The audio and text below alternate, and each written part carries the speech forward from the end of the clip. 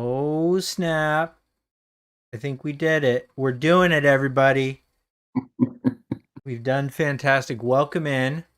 What's cracking, everybody? Welcome to SEAL Team 7, episode John Q Gamer. Welcome in, John. While I tweet things, do you want Mhm. to start us out? Just tell us who you are and your introduction to Final Fantasy 7. Oh, sure. Yeah.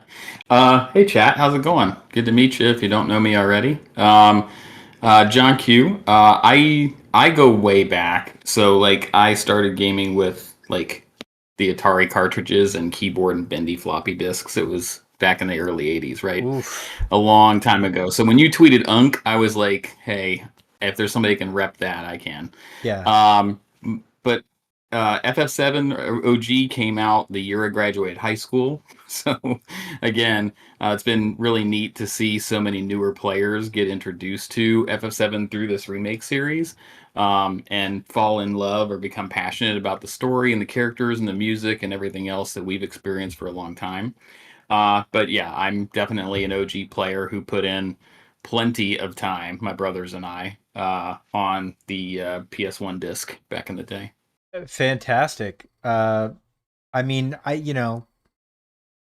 we are men of a certain age, and so I do, I know that this fandom probably has a higher median age than, the, I guess, standing idea of what a gamer looks like, but that's just gaming in general.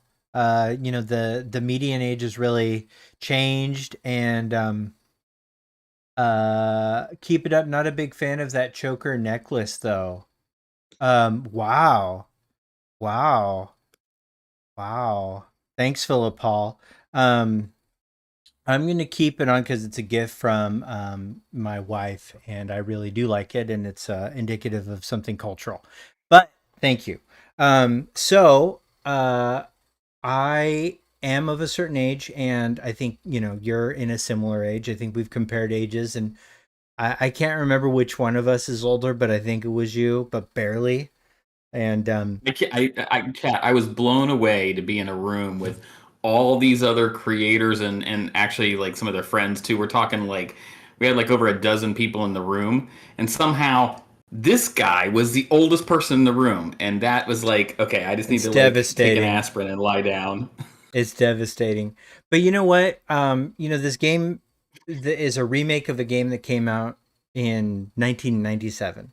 And, uh, a lot of people that we know that are even content creators in the gaming space that cover Final Fantasy VII, we're not born then, and so, Yeah. um, like that's just the way that it is. And I remember meeting some people in the fandom when I first started doing content creation that, like, their introduction to Final Fantasy VII was Crisis Core. Like, they played Crisis Core first, because they had a PSP, and like, their entry was, they didn't want to play a game that looked the way that FF7 did when FF7 Crisis Core was out, and at the time that was a Sure. monumental leap, you know.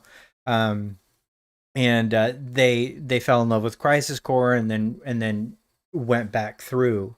Um, you know, we have somebody in chat that was 26 when the OG came out. I could legally drive when the OG came out.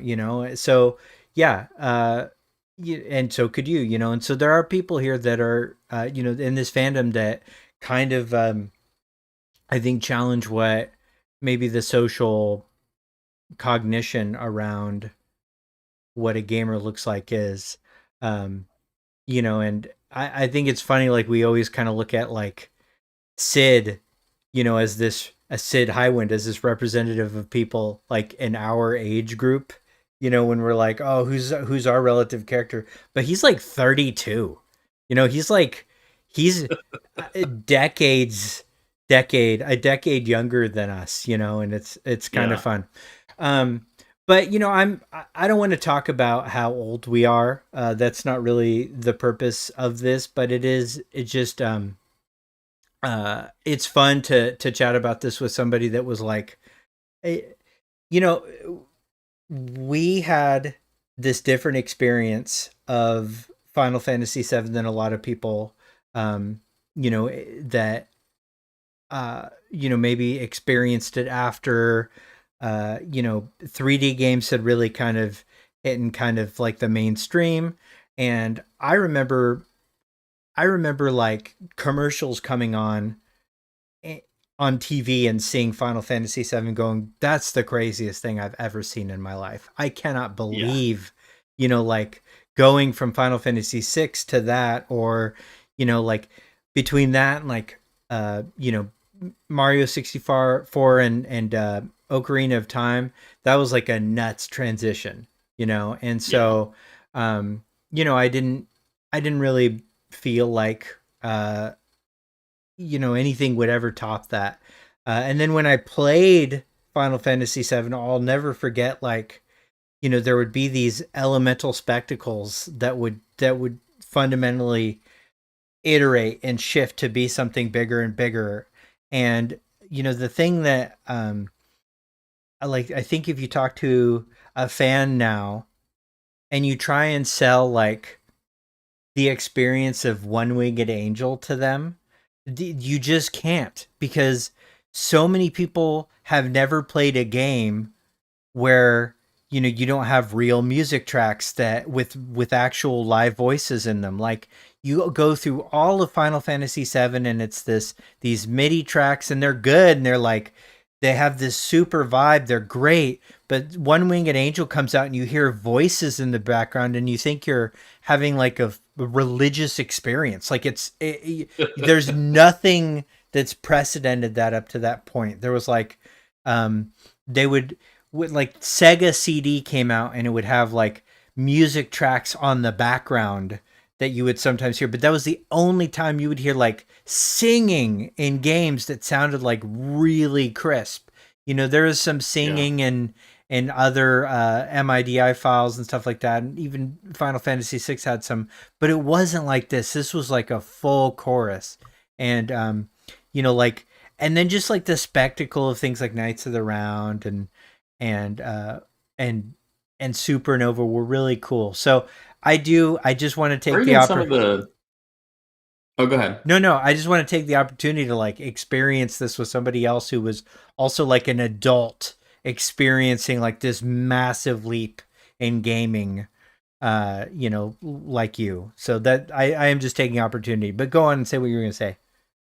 Yeah, no, I think that, I mean, these are all really, really good points. And as you're saying them, I'm sort of like recalling and reliving things from back then, right? Like the first time that we booted it up, my brothers and I, and we went into the first reactor. Just the difference from playing so many two-dimensional side-scroller games and moving to something that was much more 3D, fleshed out, the way that FF7 sort of ground broke for the industry. Um, that was crazy. Some of the FMVs, some of the videos that are shown during Final Fantasy VII are just like, it boggles the mind that you're basically seeing what looks like a really, really great animated movie for the time, Yeah, right? And predating, like to us, like CG animation is like come, such a long way, and like Toy Story broke a lot of ground when it came out and stuff. But like, you remember the hype back in the day with Spirits Within, right? Like everybody was like, "Oh my gosh, it's this like first full CG animated movie," and it still looks great for now, right? yeah, But that leap with gaming started like with games like FF7, right? So mm-hmm. there's that whole component of it. And listen, you don't have to be like uh somebody who like really digs in and loves and appreciates the history, but you really should, right? Like if you explore what games were like and what it took for the team to make games like FF7 with the soundtrack that they did with the limited technology they had at the time, right? Yeah, Like and listen, some of this conversation is a little bit lost on a younger generation if they're not interested in that type of thing, which is fine, Yeah. right? Like I work with Apple technology. That's what I've done for the bulk of my career, and we have all sorts of conversation over the past decade or so of all these people coming out of, you know, primary school or secondary education and into the workforce, and they all want to use an iPhone at work or a Mac or a whatever because that's kind of what they have used for the bulk of their education career, and then they're just like slammed with a Mm-hmm. laptop, a PC or something like that that they're less familiar with, right? And the idea that none of these people, like my kids are young adults now, right? Yeah. But like they don't remember a phone that would just ring lonely on the wall by itself if you didn't answer it, right? Yeah. Like to them, music has always been digital. Yeah. Like it's been an astonishing way to rethink things that I know that existed before, but from a different lens and not in a judgy way, right? Like Sure. their life experience has been they just simply don't know what music looked like before you could buy one in Yeah. iTunes or download it or whatever, right? So it's been really intriguing to kind of look at this FF7 remake series through that lens of people who are experiencing it now, never experienced it before.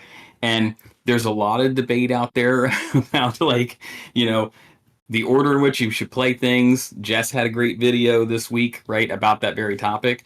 But I'm a little jealous of people like Spencer on Final Fantasy Files because he's not going back to play the OG. He wants to finish the remake series by itself in totality first, Yeah. right? And I think that crowd that doesn't go back to play the OG, they certainly should at some point. But the small few who don't go do that and finish Revelation first are going to have a unique experience that none of the rest of us ever have, right? And I'm fascinated by it because of remembering what it was like to play the OG way back when. Yeah, and as some of you have been, actually, a lot of you have been commenting. I am going through. My wife is going through the game, and she's a doctor, and she has a very high level of specialty, and so it's been really fascinating for her to go through remakes so far, and she's picking up on stuff that. One, she's specifically going to pick up on somebody that really has human behavior down stat.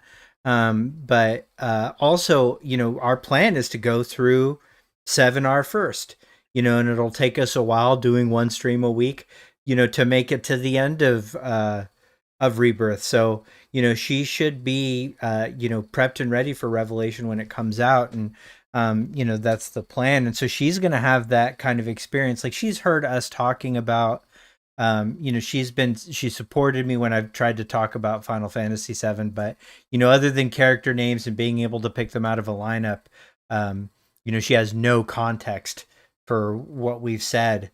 And so she's really going to experience the totality of Final Fantasy VII through the lens of the remake series. Jess Capricorn, whose content I really like, and maybe we'll get her on someday. Just made a really cool video about this very thing on the best order in her opinion to play through, and it's targeted at new people. It's and I personally, want the legacy of this game and its messaging to, live on. And I'm less interested. I believe it or not, I'm less interested in it serving you and I's generation. I don't need that. Like I feel like I'm doing great with it. If I get disappointed by it, but the youths of today like it, I could really easily accept that. Like that's, Yeah. like it says on your shirt right now, progress. So anyways, though, I've been wanting to get you on for a while. You've made some very specific content, and I'm sure you've got more cooking up.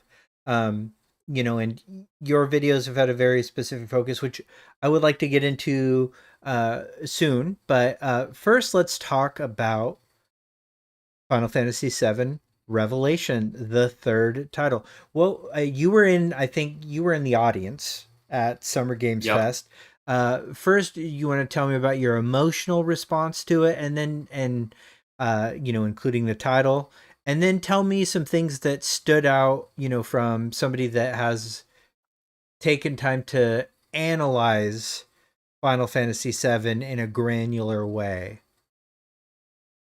Yeah. So, Blitz and I were talking. We did some live streams right before Summer Game Fest, and uh, I told him, and I would say the same thing here, like going into that event and hoping we were going to get info, which we did, right? I think we got way more than we anticipated, but, and I don't think that anybody was complaining about that. But going into that event and the hope that there was between State of Play that week, Summer Game Fest, etc., um, I had spent so much time thinking about like what it could be like that my brain couldn't compute actually getting information. Does that make any sense? Yeah, 100%. Like we were watching it unfold on screen, and I actually like I recorded like my experience. Me and Prof were right next to me, and Joshy Poo was on this side, and so I sort of recorded it and captured it, and I put that up on my channel. Um, but just like watching it unfold, I'm just like my brain just can't handle the information that we're seeing, and it took until I got home and then like work and life and family took over, so like for like a week and a half I like couldn't even go back to look at it again, right? So um once I finally did and I was sort of starting to digest some of the things that we were seeing and we were talking it through as a group, like I I think that it's a good representation to me, or at least a good solid indicator that they are successfully going to land this plane in the way that we hoped that they would, right? Like remake was a really great tee up of it. I think Rebirth was a fantastic continuation of what they were doing, but in a large amount of respects, there's so many open, pending, unresolved things that Revelation needs to come through on, right, and deliver. And just watching everything that we did get teased on across all that stuff that day, I do think I think there's a really solid chance they're gonna deliver on the promise, right? Which to me, It's a big promise. that's great. Yeah. It is. And I'm not talking necessarily, Chad, about like the ending, right? Who knows what's going to happen there, right? But I'm just talking in terms of like we were just talking about this being sort of aimed at two generations at once, right? Right. The older generation and then also new players to experience it for the first time. I really think if you have enough wherewithal to let go of a second, if you know the OG, and say, well, it didn't like follow this specific beat in the same way, or they changed this, or they added this, or they took out this. Like, if you can let all that go for just a second, Okay. they've done an amazing job of recreating the same gaming experience for new players in this series that we had with the OG. You feel some of the same things, whether it's confusion or excitement or whatever, right? Yeah. You feel a lot of the same stuff, and that trailer really gave me hope that yeah, the feeling of the end of this game is going to be spot on with what it should be. Yeah. I think they really did, at least in the beginning, focus on like setting the gameplay experience up for people, and like you said, the tone, right? And the feeling. They were a little sparse on details, I noticed. Like, we didn't see any of the big mystery box stuff. And if you go through the reveal trailers for for Rebirth, first the reveal, which is a teaser, it was all mystery box. It's literally Yeah, Zack and Cloud walking into Midgar with with like three questions flashed at us. yeah. And then Yeah. like uh, Cloud and Sephiroth walking to Nibelheim, you know, with no UI and nothing else to help us out figure out what's going on. And then even the second one, like the first trailer, you know, not the teaser, the trailer, Yeah. you know, had a bunch of stuff showing little details and showing like it showed it showed alternate Midgar with like you know, Tifa in the helicopter, you know, you know, seemingly dead. Barrett was dead, and people were breaking apart every frame of that. Like, oh, that's a different tattoo Barrett has. It's not real Barrett. That's Barrett in the Upside Down. This is all a dream. Blah blah Yeah. blah. You know, and there's really like maybe one or two things you can look at in these trailers that allow you to like kind of look at them that way. And one of them is maybe uh you know, Sephiroth holding the white materia. Um, and then the other is seemingly, you know, when Cloud is what looks like at the Forgotten Capital again, talking to the flowers. Those are the only things that even vaguely connect to the mystery box element of this. And I think, you know, we've talked about that a lot in all of these episodes, but the choice is really centered around getting casuals to be like, "Oh, you remember Final Fantasy VII?" Like that's what's going on here, and um, you know, trying to really capture uh, that general audience because this is a big stage.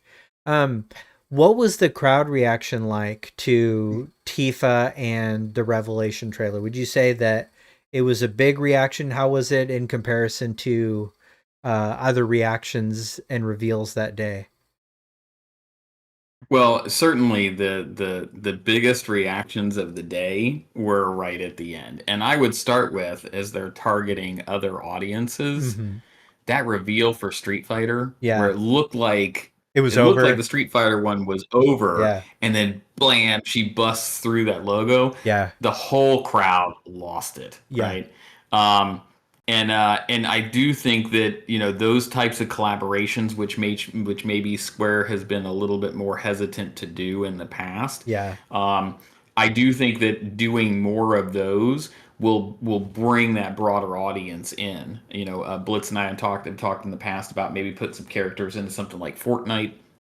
Feel however you want about Fortnite chat, but a lot of people play it, streamers included. And so if you can get people introduced to those characters in a different arena, in a different avenue, like the Magic the Gathering collaboration, etc., then you broaden the gate and you get more people interested and be like, oh, well, I know this character. Let me go play this game, right?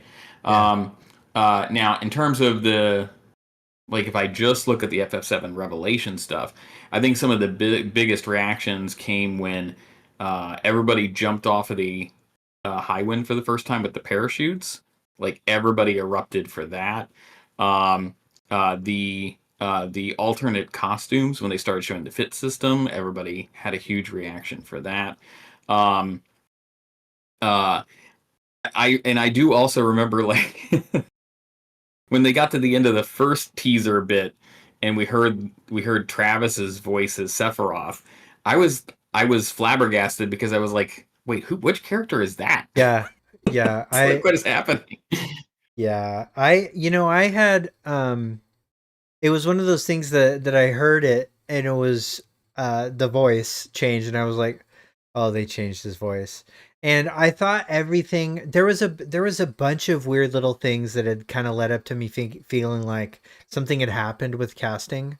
That I won't really get into it, but I do remember that being the one thing where I was like, "Oh no." Like that was the only downside for the experience for me was hearing that segment and like knowing in my heart, you know, that you know, it wasn't somebody else talking.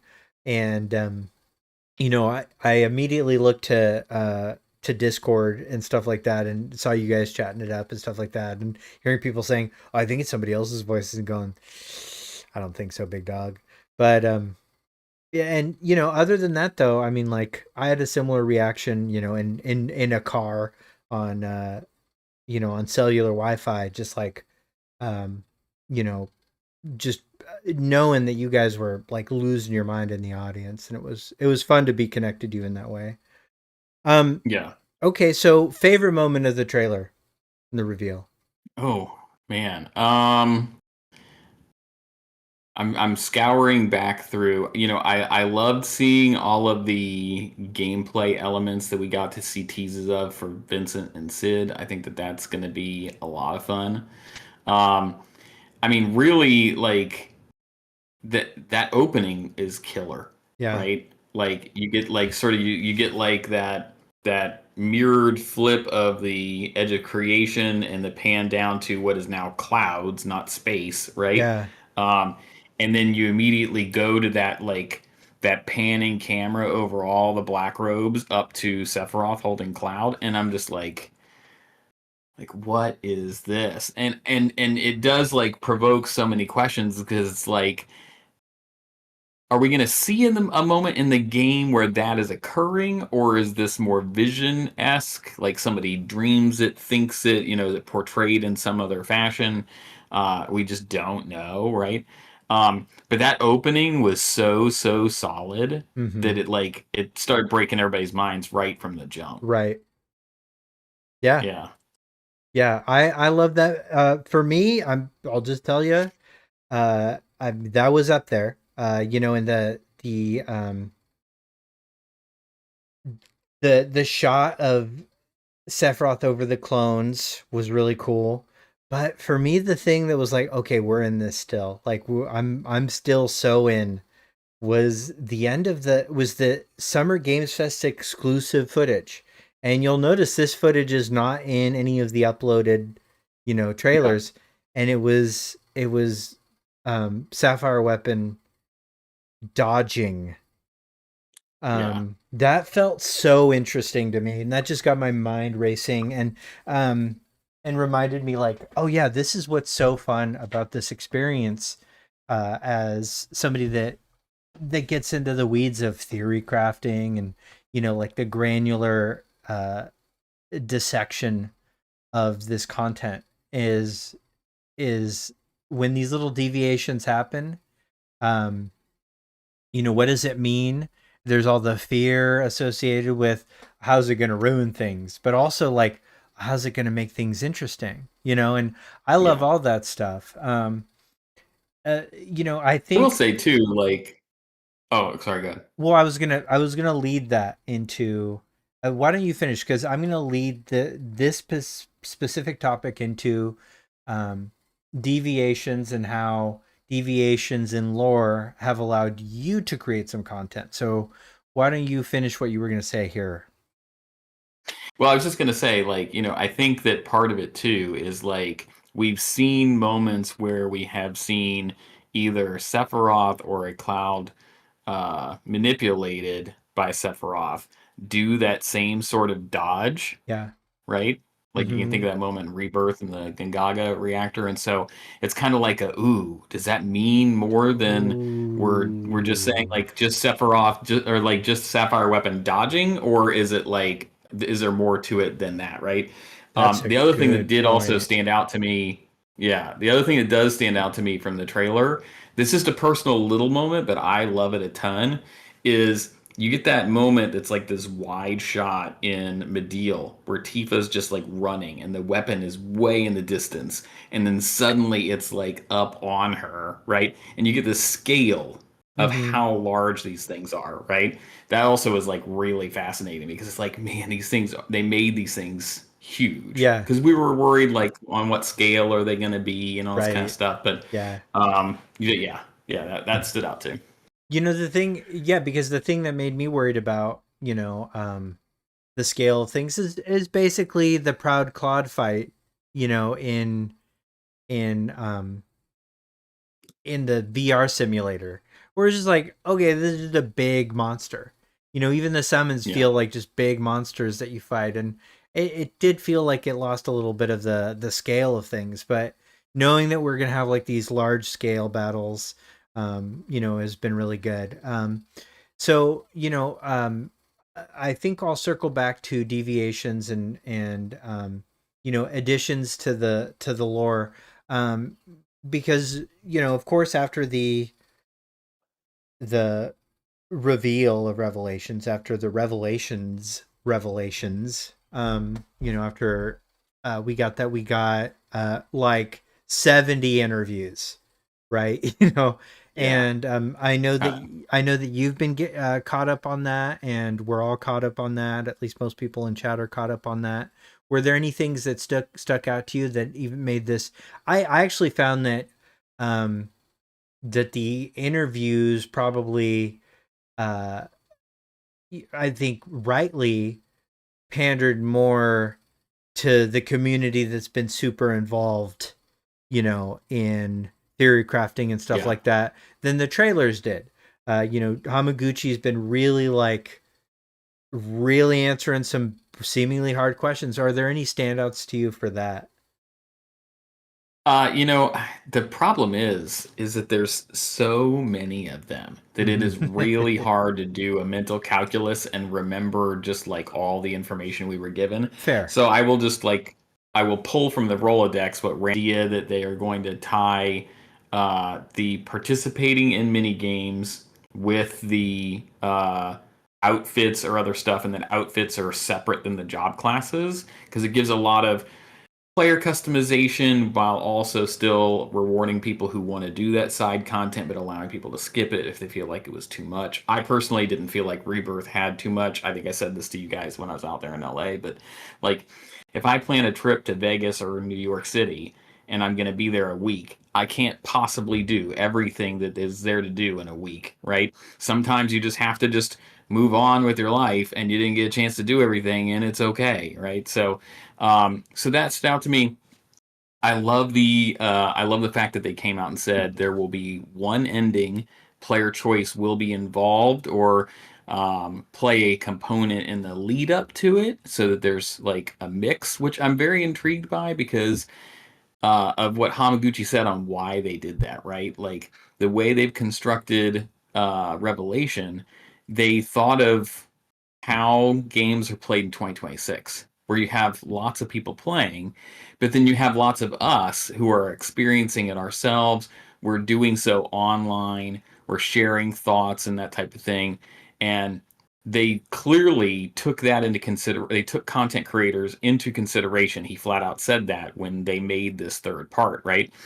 And I think that that's so fascinating because it creates the possibility for like tons and tons and tons of different ways that a playthrough and experience of this game could look like, where you could play it yourself and have one experience, tune into you and have a see a second experience that's different, tune into Max or Blitz or Subtext or whoever, and have all of these different experiences that they all look different. Like how crazy is that, right? That I think that that's fascinating to me. Um, I I'm very intrigued, highly intrigued by the comment about how they're definitely going to pull in elements that are remaining from Dirge and uh, Crisis Core and Advent Children. Like, I'm dying to know how. I mean, they clearly have already been doing that. This is just a continuation of that, right? Because we've already seen some elements from those things pulled in already. But since this is the go big or go home moment, like in what way do they continue that through to the end? Like I'm very intrigued. I'm Me too. fascinated by that. Yeah, me too. Yeah. Um, I, is to feel like that mechanic is being oversold, or at least it was at first. But specifically about how player choice will uh, genuinely impact the path we get to the singular ending. Um, and but the more he talks about it, the more he seems very convicted that that there's missable content. Like there are possibly whole sections of the game that you don't get to explore based on these choices, and how what these choices do is that they reflect the like inner hearts and motivations of the characters.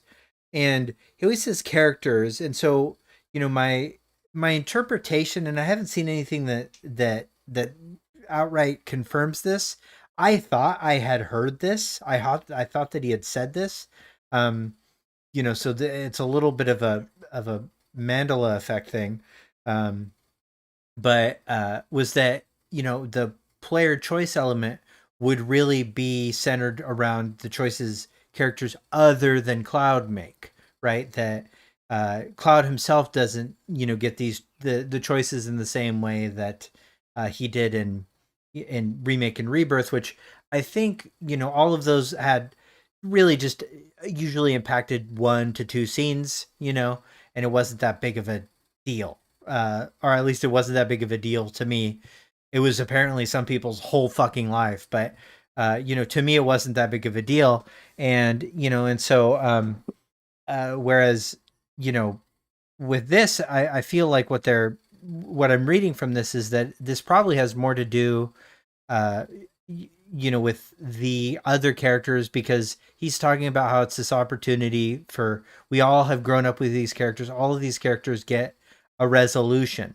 I think if there's one character's resolution that's probably fixed by the plot, it's the person that represents what the game is about, and that's Cloud. So I kind of feel like what they're getting at is that, you know, uh, Cloud gets his autonomy back, in this game, particularly after the live stream sequence. And so he's really, our ability to influence his choices has gone away as a result. And so that's the way that I'm reading this. But, just whenever you hear somebody's like, oh, like the very first time I read it, was one, it was translated. And so you never know on a translated article how things are going to go. But it sounded like, and everybody's going to be happy. It sounded like a PR answer. But the more he kept answering questions, like particularly when he answered the question to Hayes Madsen, who wrote an article for our PG site for this particular game, Yeah. it was like, no, this is really going to be about, this is really going to reflect how the player and these characters are perceived, and so that really is a fascinating, I think,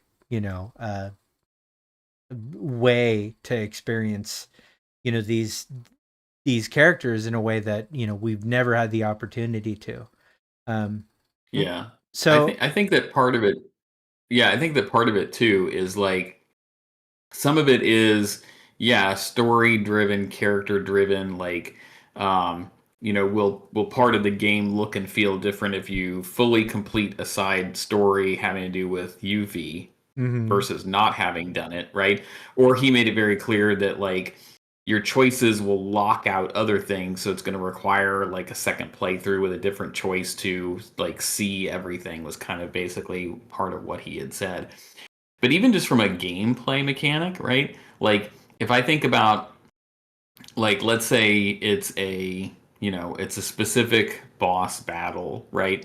Well, depending on the party dynamic that you choose, depending on the fit system that you choose, depending on the outfit that those characters are also wearing, the multitudes of ways that that fight could play out, if you were to tune into a dozen streamers, you could have a dozen different ways that they approached it and the way that it looks, right? So just like that's what I'm saying when I'm like, there's so many combinations of different things outside of story, even, right? That it's like I'm very, very fascinated. I'm also fascinated by the idea that there's post game content. He didn't say that there's going to be like, hey, like, after you beat the game, go beat these like couple of bosses that are harder than the final boss. He did say that. But like, it almost made it sound like it was clear that if you finish the main story, you can still traverse the world and there's still stuff to do after that wraps. And that, if that's the route they go, that's also like equally interesting. right? Yeah. Because they can build out additional content, or they could even add content to the world of more stuff to do after you complete the main story. You know, we could be 6 months after it releases or a year after it releases, and they could add more DLC and more stuff to go do in the world, right? Like it could keep the game living, you know, in a Yeah. way that a story-driven narrative usually doesn't, right? Yeah. Well, I mean, yeah, part of me never wants this to end, but also part of me like does, you know. um so I mean, you brought up the Pandora's box of the ending. It I think the most controversial thing that um Hamaguchi has said is he sort of peeled back the PR-esque confirmation or like vague answers that Kitase had made, which is like, oh, it'll be fine. He had very, it'll be fine. It links to Advent Children. Sure. He very specifically refutes the idea that it will necessarily lead to Advent Children. He says, we haven't confirmed that. That is still a mystery. Um, and, of course, we know as people that read interviews probably more than Hamaguchi does because he's been busy making Final Fantasy VII and playing it 44 times, apparently. The that Katase did, in fact, say something to that effect. Um, but what is possible is that he's trying to say that whatever relationship that it has with Advent Children, with the compilation in general, um you know the nature of that relationship is still a mystery. um I don't know if you've ever commented publicly on one of the more popular interpretations of this is that it's some kind of a literal causal sequel to the OG. Do you have an opinion on that?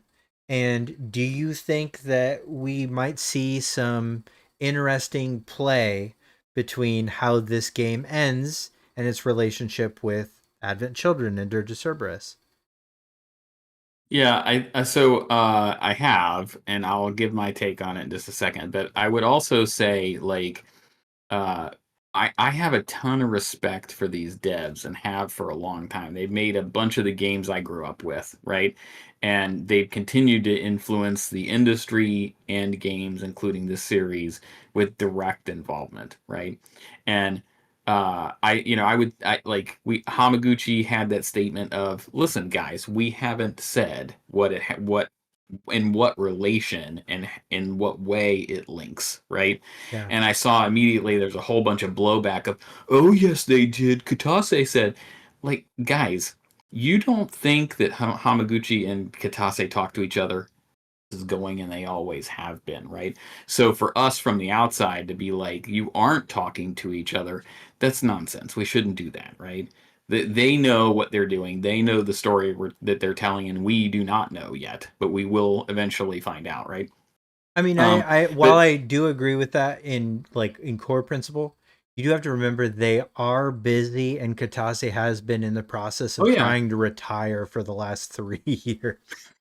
So for sure, for I sure. think miscommunications do occur. He also, Katase has just been a brand manager, right? So like his relationship to the project has changed dramatically, and so I think Yeah, there is a chance that like their wires are going to get crossed a little bit, So I don't want to totally discount that as like a thing that can happen, and yeah, or blame them but I for think it. on such a Yeah, Yeah, but on yeah, such a monumental thing as yeah. the how they're ending this thing, right? Like I think that they've had discussions about that already, right? That was kind of my point. But in addition to that, like at the time that Katase made those original statements, he's also a pretty smart dude, right? And so he's not going to risk revealing how things are going to end the same or not and spoil the mystery box, spoil all of this stuff before it ever even gets off the ground, right? So I think that even the usage of the word linking up Mm-hmm. is highly intentional, right? And making sure that they preserve what they're trying to accomplish with this story, right? So with all that being said, like That's why I said during the Hamaguchi interviews that we did get, his statements about bringing in more dirge, more crisis core, more Advent children to Revelation is highly intriguing because it directly relates to this question of like, well, if it is going to pull more from Advent children, well, how and in what way does it do that, and what does that look like, right? And how does it affect the linking up versus leading too, right? So for me, about the question about like, is it a sort of like a sequel or whatever?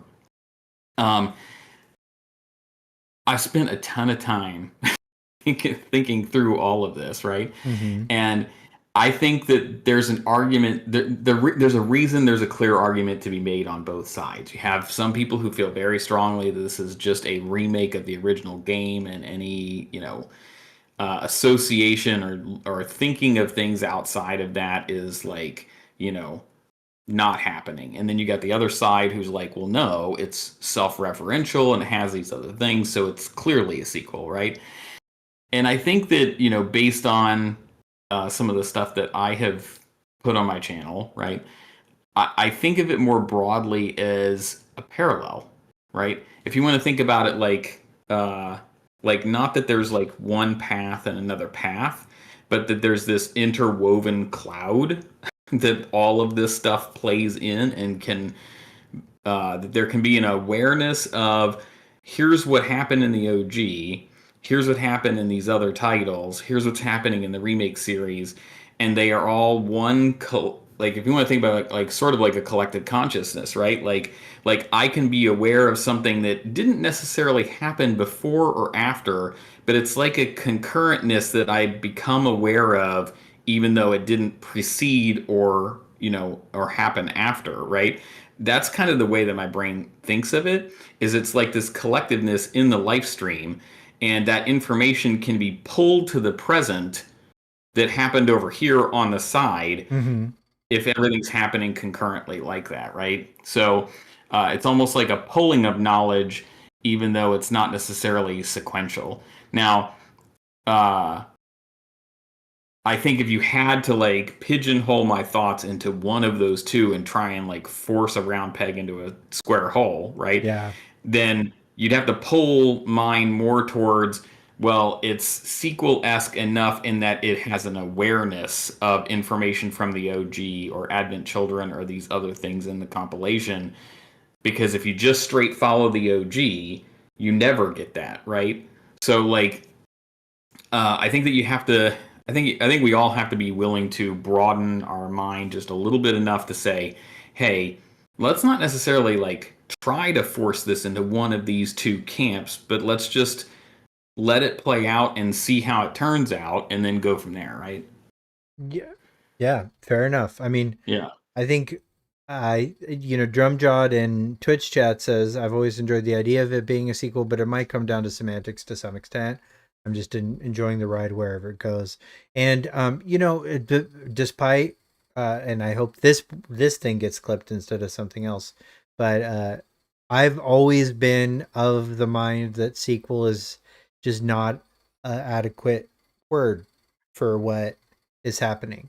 That said, Yeah. a lot of people that consider themselves sequelists make points that I feel like are apropos and meant to be interpreted, as like that's what the media is telling us. Is like, yeah, there is now an omnidirectional, omnitemporal nature to information in the live stream. We have that is now part of the lore in a way that's explicit.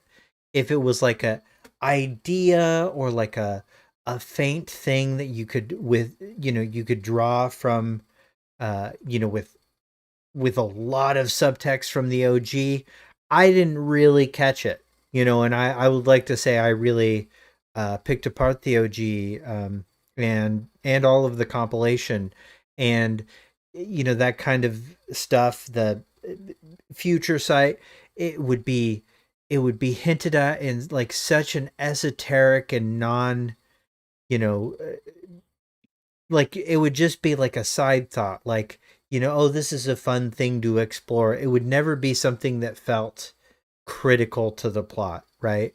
So it's very clear that the nature of Final Fantasy VII Remake is having a conversation with us about time travel, about information being, you know, this on this plane that ignores or is outside of time. That's very clear. Like you can't convince me that that is a misdirection or that it's not a conversation that they're having. They are having that conversation. It's using the words that, that bring us, but, you know, again, um uh this is not going to work the same way as, the MCU multiverse or Western style multiverse. Obviously not. It's something different and more esoteric. Um, and you have made a video, I think, that um, really focus. You've made it. You've actually made a few videos, but you've I think turned me on to a really interesting addition to the lore in Rebirth that I think uh, gives us an interesting world building hint at what might be going on here. Um, do you want to talk about the Gi and the changes to the Gi, the Black Materia, and how that might be at play, and how that might come to fruition? And was there anything in the Revelation trailer or any of the interviews that make you feel validated, vindicated, or otherwise on that topic? Yeah, I mean, that is part of what I really loved about Rebirth was like we took they're taking all of these things that we got glimpses of, we got a little bit of information on, like the Gi and the OG were just there to just sort of like fill out a little bit of Nanaki's backstory, right? To give us the reveal about Seto, and then it's like a one and done thing. We just like they're not really relevant. We never hear or see from them again, right? And for Rebirth to present us with a lot more information for a rich, deep version of them was really fantastic. It kind of blew me away, right? We'll, for the purposes of discussion, just overlook the fact that like Guy Natak could not hold his wad and like wait a few minutes for the Seto moment to be over, right?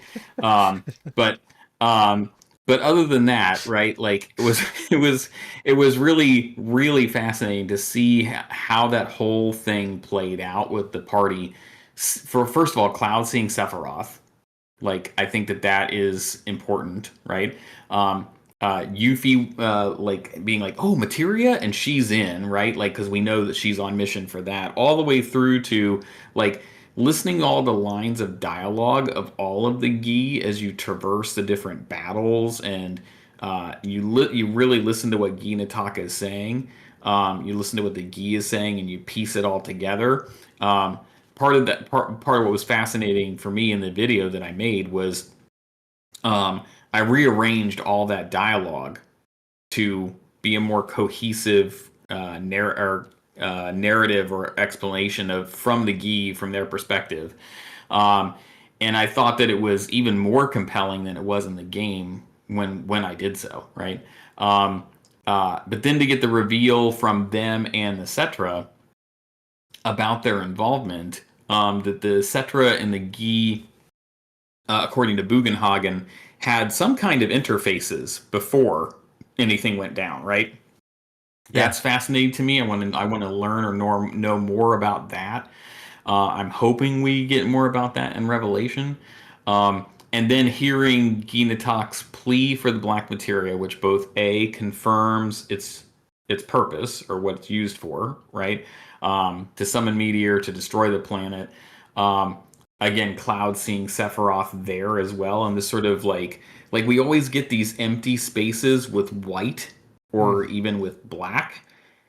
That's the only one we got where it was gray. Did you ever notice that? Right, like Yeah. that one moment where it's just like this empty void, and it's just Cloud seeing Sephiroth, and it's the only one we've ever seen that wasn't white or black. It was a mix, right? I think that I think that I feel like that has a purpose in the storytelling in some capacity, right? Because a lot of the trade, the Gi, and the Black Materia and the way that they did, and then Sephiroth hits us with, well, first Aerith says it's a fake, and I think in part to try to like dupe Cloud or try to get him out of this like fixation he has on retrieving it for Sephiroth, because again she knows part of what's going on there, right? But then Sephiroth hits us with the it's the key to the real one hidden between worlds. That is also very interesting to me. And what exactly does that mean? And also because, like, in the OG, Sephiroth's intent was get the Black Materia, uh, call Meteor, have the life stream converge in one place to like fend off or heal this wound, and then try to absorb it all, right? Yeah. And if we think about just the absolute masterclass in storytelling that this team is doing to retell the same story in a broader, more expanded way, but still landing in the same places. This whole merger of worlds and merger of Genova, like a different reunion, um, is still accomplishing the same thing, but just in a different way, right? So clearly Sephiroth, because he doesn't want Cloud to die, he doesn't, he talks about, people being bonded to the world, and if the world's gone, they're gone, right? Um, uh, he wants the Black Materia, but I don't think he wants it to just call Meteor and destroy the world, right? Like I think that there's more nuance to it this time, right? And back to your point about like time travel and like sequel-esque kind of stuff, right? Like in the OG, he flat out tells Aerith and Cloud at the temple, right? Like, I've traveled a life stream and I've collected all of the knowledge of the ancients and blah, blah, blah. Well, if you're looking at the remake series and Sephiroth in the remake series, he's doing that exact same thing, but just on a broader scale, right? He's now aware of all this stuff from the compilation or from these other things that's influencing why what he's doing is different this time, right? So there's all of that. And then the last like takeaway I had from the materia as a whole, right? The dualness of the black and the white, is it was not lost on me at all. This is a thought that I had when I played through Rebirth the first time, right? Is we have this whole series of events in Rebirth where, just like in the OG, Sephiroth is like trying to get Black Cloud to bring him the Black Materia, right?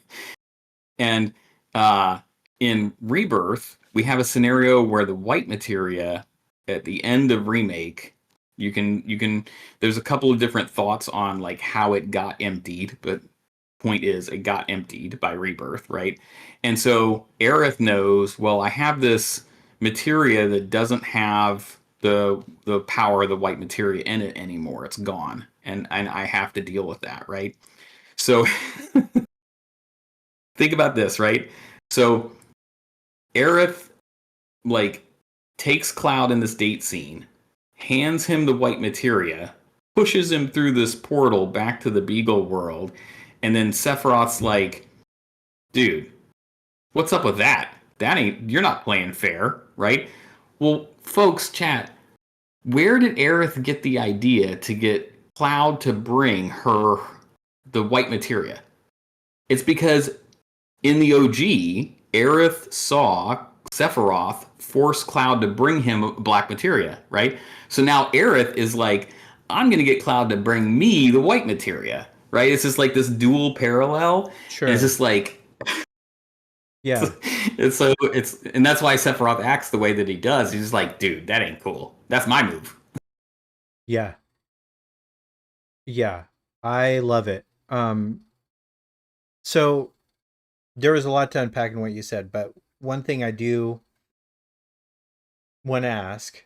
So we are talking about white and black, and obviously white and black have been uh like these emblems of purity and destruction, life, death. But we have white whispers, we have black whispers, we have gray whispers, and On the way to a smile has live stream white, live stream black. Um, First of all, the whispers. Okay, whispers do make an appearance in the Revelation trailer, and it looks like a mix. Yep. Um, what do you think? First of all, what do you think the whispers are? And what does the white whisper represent? What does the black whisper represent? What does the gray whisper represent? Well, I think, if I look at it through the lens of some of the stuff that I talked about in the Shattered Planet video, right? Like the planet needed something that was going to not only fulfill its own will, but also keep things playing in the same cycle, right? Um, and if the history of the life stream, if the history of the planet is supposed to keep repeating itself in these cycles, then uh, it's potentially possible that the OG was just another one of these worlds, just one of these cycles through the life stream of this same story playing out, right? Um, and in my mind, it's possible that the whispers existed in the OG, but we never did anything to provoke seeing them because nobody ever like came close enough to breaking fate, right?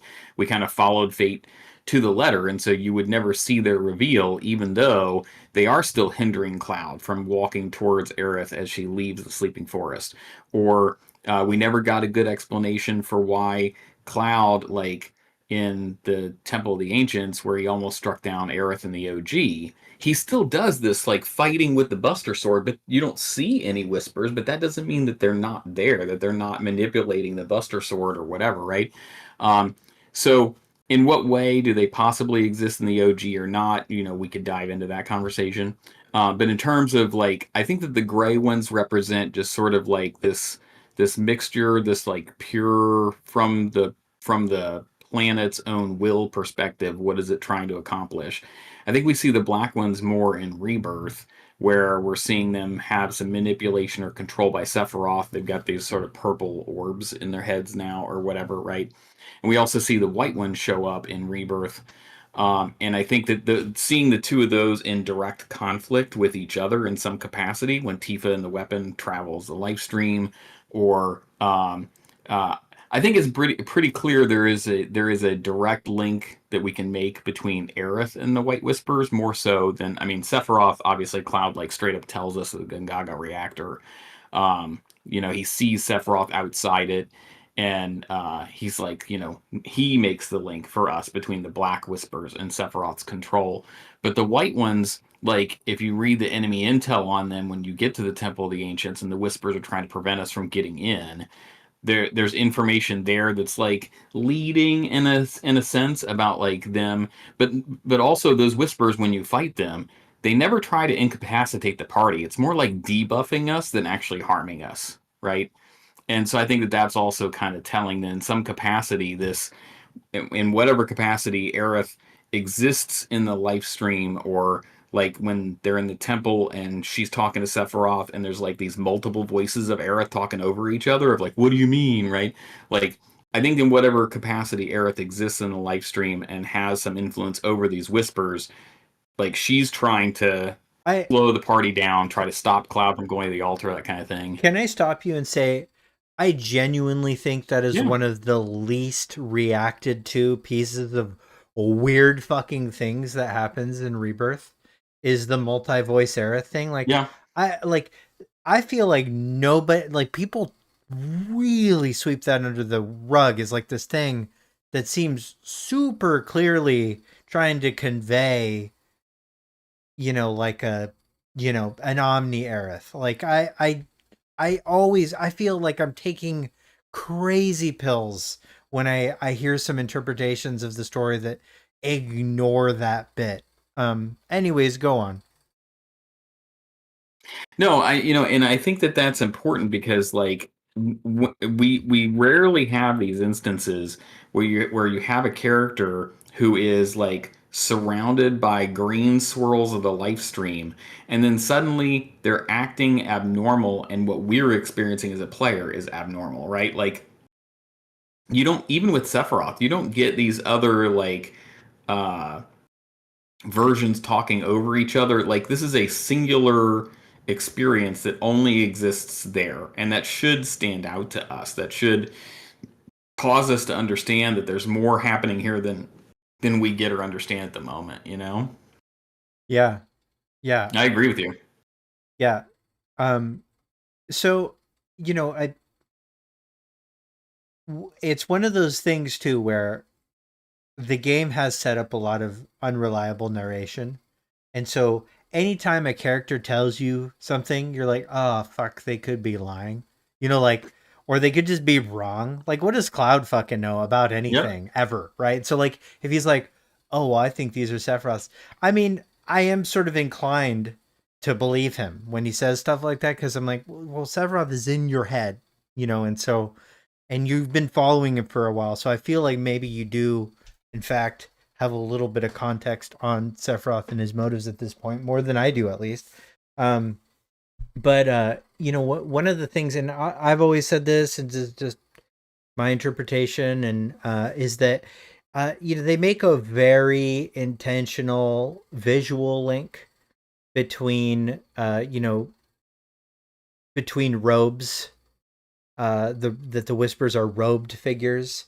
You know that's something that isn't just a localization choice. It's very clearly you know robed characters, and and we do see depictions of robed things a lot in Final Fantasy VII.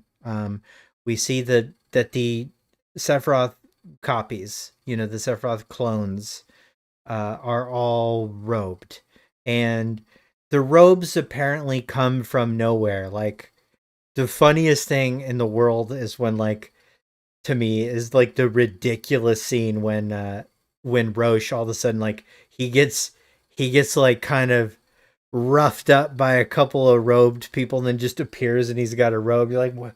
Who made that clothes for you? Like, where are these robes coming from? Um, but you know we get some interesting like visuals of this robe in what seemingly predates Sephiroth's existence in the Temple of the Ancients when we look at those murals. Also, Ever Crisis, whenever it gets, and rest in peace, Ever Crisis.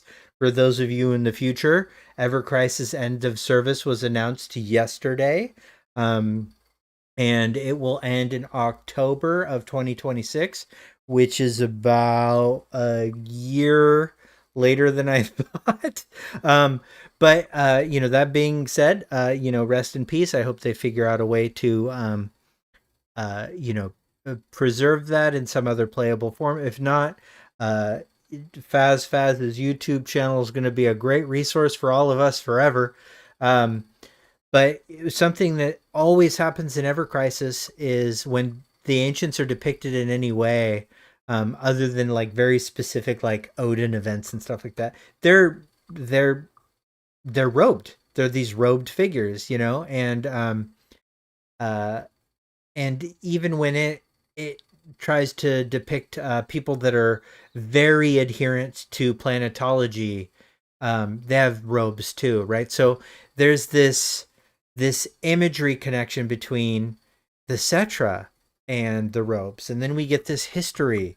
You know, one of the big lore things that they added with the Gi and the Cetra was this, you know, sort of a history of corruption, and you see these two you know, sects of people that seem to have been corrupted by Genova and not. And then that weasels its way into uh, Queen's blood, you know, and that's interesting as well. And um, so for me, what I sort of landed on at the end of Rebirth, and a lot of people will disagree, but I really do. This is like the one thing I feel like the most confident about is that the Cetra are the whispers. The Cetra in the live stream are the whispers. And when we're seeing them, you know, the reason they take form, the reason that is because they're Cetra. And the reason that you know, we see the ones that are kind of led by Aerith as white, you know, is because they've either through the implement of holy or just through, some kind of internal purity, they've resisted Genova. The gray ones are sort of like that neutral planetary will, and that what we're seeing in this kind of omnitemporal plane of the gray ones is that, they're just sort of responding, trying to protect the will of the planet, and that we're kind of seeing in real time, this divide happen between them, between white and black, and where that lines up in like a cause and effect thing is meaningless because it's in the live stream, and we're sort of seeing how omnitemporal the live stream is. But to me, I think we're literally seeing the Cetra, which have a different.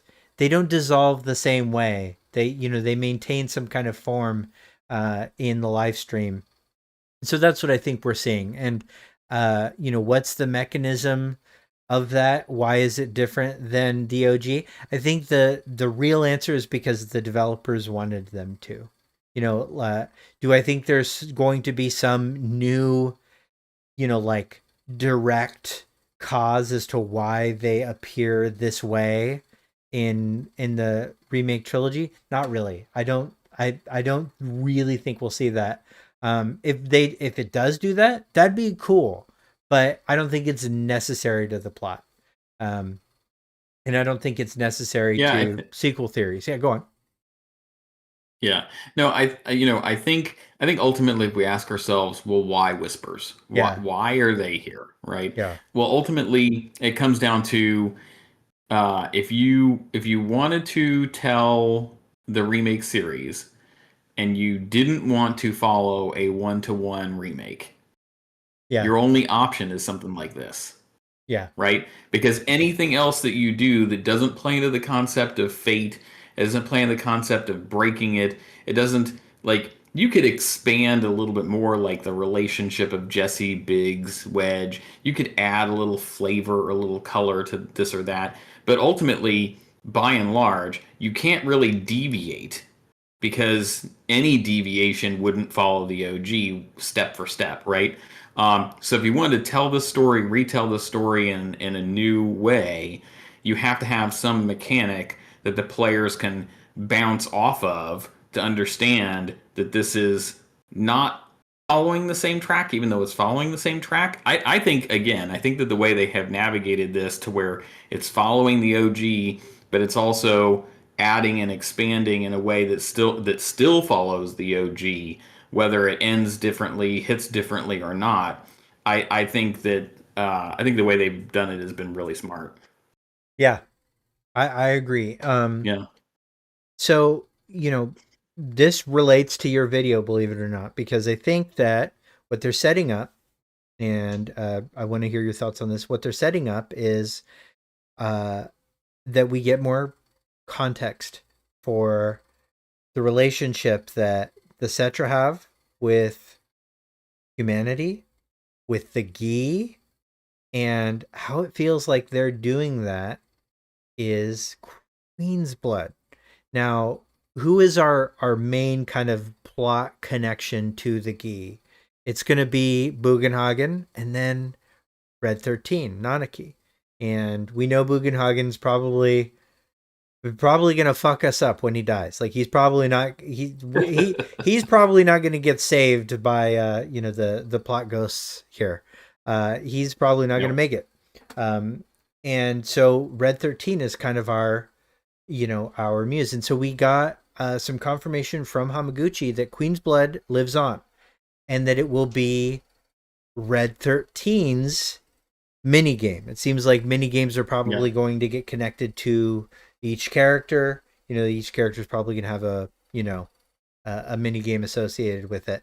Or maybe not. It sounds like there's going to be a lot, but it sounds like Red 13 is going to expand the plot of that. Now, for anybody that just like jammed through the plot, the Queen's Blood uh plot stuff ended up being a banger. Ended up having so much weird cool stuff, and like the Shadow Blood Queen, and if you look at the art on those cards, those were what really clenched it to me that what we're looking at is the whispers, and is because it looked like robes. And to me it's even why Sephiroth um, and Genova, when these copies or clones come out, they come out with these robes. I think it has to do with Genova's initial mimesis of, or that's copying of Cetran people, and so I'm really clinched in. But it sounds like this time what we're going to get a chance to explore is this through Red 13's lens. And there was something that at the end of Red 13's quest in a side quest in Cosmo Canyon, he sort of made a promise to the lingering spirits of the Gi to help resolve this. How do you think that could Yep. play out? So that I'm very intrigued by because like you if you think about the options that are on the table, right? He can't present them with the black materia the way that they want. He even said to Cloud, I can't give them the black materia, but Yeah, I want to find some other way to help them, right? If we think about the nature of the Gi, all we really know from the OG is that they couldn't be absorbed into the life stream because of like pure anger, right? And then we got this expansion in Rebirth that sort of like steps away from that a little bit. And almost to me, at least, my interpretation from playing Rebirth, because a lot of people were like, well, man, the life stream is kind of an a-hole, right? yeah, Right? Like the planet is like, so xenophobic. It doesn't want to allow this foreign entity in. And is this some kind of, broader conversation around, that type of thing? But to me, it always it sounded very elemental, very scientific, right? Almost like a oil and water kind of thing, right? Like they're just two things that just sit on top of each other, but they like he talks about the plant their star, their planet being subsumed, not absorbed, subsumed by Gaia. And I think even that word choice is very intentional. I think that like it's just one of those things where they can't fit or integrate in, right? And so you really have two choices there, uh, or as outcomes for Revelation. Is there a way to get them to be able to absorb into it, right? Like if we do come back to, well, the causality from the OG is still true in the remake series, and the reason that they can't be absorbed in the life stream is because of just so holding on to so much of a grudge against the Cetra that they can't let go of it. Is there a way to get them, as Aerith says in the temple, to forgive? sure. And then is that forgiveness a way to allow them to be absorbed into the life stream? Or is there just simply purely no way for them to get into the life stream, and the only way out is because, like, to me, the Gi are in like Genova and even Sephiroth, um, unable to be absorbed into the life stream, right? Genova, etc., said also cannot be absorbed into the life stream. And so if Genova is wound up in all these worlds, and if Meteor hits one and obliterates it, or if there's a successful party in another one, or there's like these pieces of Genova in all of these various worlds are wrapped up in the life stream, the merger of the worlds, the reunion Sephiroth is trying to create, is the only way to bring the whole life stream together to where Genova is whole and can be resolved, right? And if that's the case, then bringing it all together would bring together the Gi as well to a way where they can be resolved, whether they're absorbed in the life stream or shot into space on the rocket to get far away from Gaia that its hold over them releases and they're able to finally pass away or whatever. I think we're ultimately headed for one of those two types of outcomes. That's interesting. So I've always liked the idea that if that we've got these two parties that can kind of see how things are unfolding, and what is the best possible outcome, and is there a chance that like, say, Aerith, Omni Aerith, uses Sephiroth's goal of reuniting, as this place to help resolve all of these other issues, right? Where Sephiroth thinks that he's doing this for him, so that he can, um, absorb and feed upon the despair of the worlds, blah blah blah. And what if Aerith is doing the same thing, using Sephiroth's own endgame and own, sort of selfish desires to do something that's more altruistic and giving? And I think that kind of, chess match stuff is being set up pretty adequately in, in the game and the lore so far. I do think though that Yeah. there is, there is this precedent that the live stream can choose, with the right guidance, the live stream can choose to accept these errant outsiders with, with the right will behind it. And my precedent for that is actually the end of Advent Children, which I bring up a lot because it's a, it's a beautiful scene that without context, you have no idea what's going on. Even with context, it's like, what? Where is this coming from?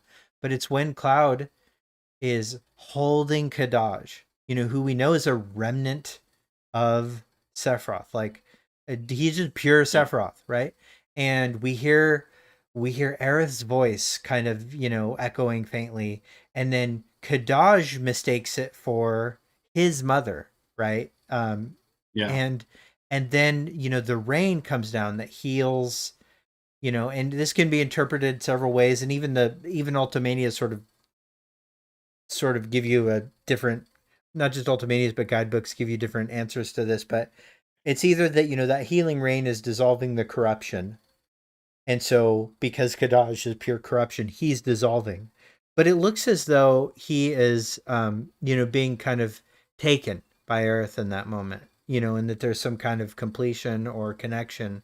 um and so it's as if Aerith is guiding the live stream in that moment, or, the planet in that moment, to forgive and accept. So, maybe there's room for that kind of thing to happen. And I don't hate, um that kind of psycho spiritual stuff in storytelling, and it is very consistent with Final Fantasy. I do think that a lot of people, if it's not conveyed well, will reject it because they were expecting something that's a little bit more concrete, you know. Um, but yeah, that's kind of my response to that, and just I don't think it's a counterpoint, but just discussion point. Now's a good Yeah. time in chat. I always try and keep these episodes to 2 hours. Sometimes we go over. I don't know how much time you have, but if at any time you need to leave, you can let me know. But I'm gonna try and keep it at 2 hours. We're an hour and 23 minutes in. Um, I'm gonna ask the audience at this point to feel free to start asking us some audience questions. Um, while you do that, I'm going to get up and use the bathroom really quick. Feel free, John, to just talk about whatever you want while I'm there. Good Oh, luck. man. All right, chat. Well, since we have a moment, let's talk real fast. I can't see the chat either, so I'm kind of flying blind here. So I'm just gonna talk. I'm just gonna riff. But um, one of the things that is also super super intriguing to me. Feel free to check out my Shattered Planet video on my channel. If you haven't seen it already, hopefully you have. If not, go check it out. Um, but I am really fascinated with how Genova was stopped, right? Like we get this articulation of this information from the Cetra and the Temple of the Ancients where they talk about how uh they had some sort of alliance with the humans. The Genova was clearly winning the battle, killing off a bunch of the Cetra, and they laid down most of the rest of their lives alongside the humans to fight against Genova. And the best that they could pull off with that alliance was not necessarily killing Genova, but uh, bringing it to a stalemate to where it could be put in some sort of stasis. And uh and then obviously clearly because they talk about how Genova could not be absorbed into the life stream. um Genova sort of like just fades away alongside it, like I mentioned earlier, kind of like along the same lines as the gi. Um, but how did that happen? How did they pull that off? How did they accomplish that? And to me, like, because there's certainly a lot of thought out there about like what these multiple worlds are, or do they exist in the life stream? Are they just in Cloud's mind? Are they actual physical worlds? You know, all these types of things, right? I was watching a really fantastic video this week by Steed. If you haven't seen it, go check it out. About like Jungian psychology and like, you know, the role that the worlds might play in being more abstract. Like, what are the worlds represent if we're looking at them from a symbolic nature? Um, but if you just look at them from a purely like, do these physical worlds exist within the life stream? Um, is there some way in which the planet used to be whole and used to be one, but was divided as part of this scheme, this play by the Cetra, to put Genova into this stasis and stick it in the life stream to where it could never really come back together again? Until obviously they told us at the temple that is ending at some point, and the recording, if you want to think about it that way, tells us they foretell of a time that Genova will become whole again and will plague the planet once more, right? I'm very fascinated by how did they do that, and will we get a glimpse or a history of that in Revelation? Will it be revealed to us in Revelation? Okay, great, great job entertaining the crowd while I was gone. So for your first question, John, Yeah. and only John answers this one. Um, who does Cloud love the most, and why? Go. I I'm just kidding. like which which Don't character? answer. Like I don't Never understand. answer I don't that, understand your John. question. John. Okay. Okay. Okay. All right. Um. I don't think he's mature and sound enough in his own mind to understand that. Okay. That's what I'm saying, right? So, like, okay, look, if you guys love the characters, like, if you like, listen, like, if there's a character you really think like is awesome and deserves, you know, happiness, why would you choose Cloud for them? Like, he needs a therapist. Like, therapist then Cloud. I ship Cloud with therapist. He needs self-love. I will say this Like though. like I will say this would you though. want your daughter to date Cloud? I would maybe consider it at the end when the guy is like on his path to healing, right? Yeah. But the way, just to make sure that we put this out there for all of the internet, right? Like, I see all the characters as equally important in the story that's being told. I saw it the same way in the OG as well. And then, like our own lives, events play out in the way that they do, and events in history dictate how the future shapes and goes, right? So I don't see it as though one character is meant to be with one or another, or one character is better or not than another. The story just shapes the path it follows, right? And so that's the best way I know how to look at it. I've never looked at FF7 any other way, even going back 30 plus years or whatever. So to me, like, I don't ship anything. Barrett and his gun arm, they're one. I love it, you know? Barrett Gunarm shippers unite. Yeah. Okay. So is Zach really in another world? Do you think, or do you think he's just stuck in some basically, you know, kind of live stream simulation? Like, they intentionally at the end of that game Mhm. made sure we didn't see a goddamn stamp. You know, They did not. what's your Yep. Yep. guess? Where do you think he is?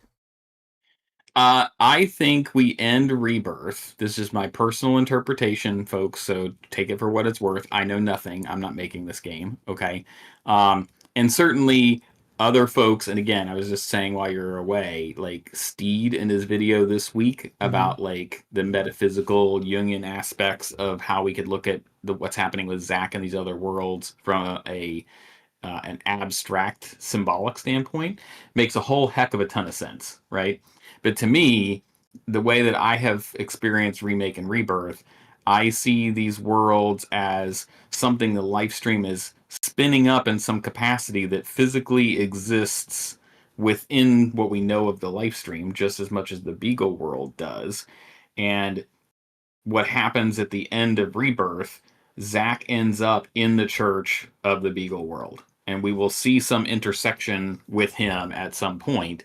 Now, the only thing I will say, I have a whole video on that on the channel. You can go check out for broader detail or context for that. But what I will say from the Revelation trailer that we got at Summer Game Fest is we do have that moment you mentioned earlier where we have white whispers and gray or black whispers swirling around Cloud and the rest of the party, and he's talking to the flowers, and he's like, I won't let you down, I promise. So he's clearly at some point in the story, and listen, that VA doesn't necessarily mean it's attached to that scene either. We got to keep that in mind too, right?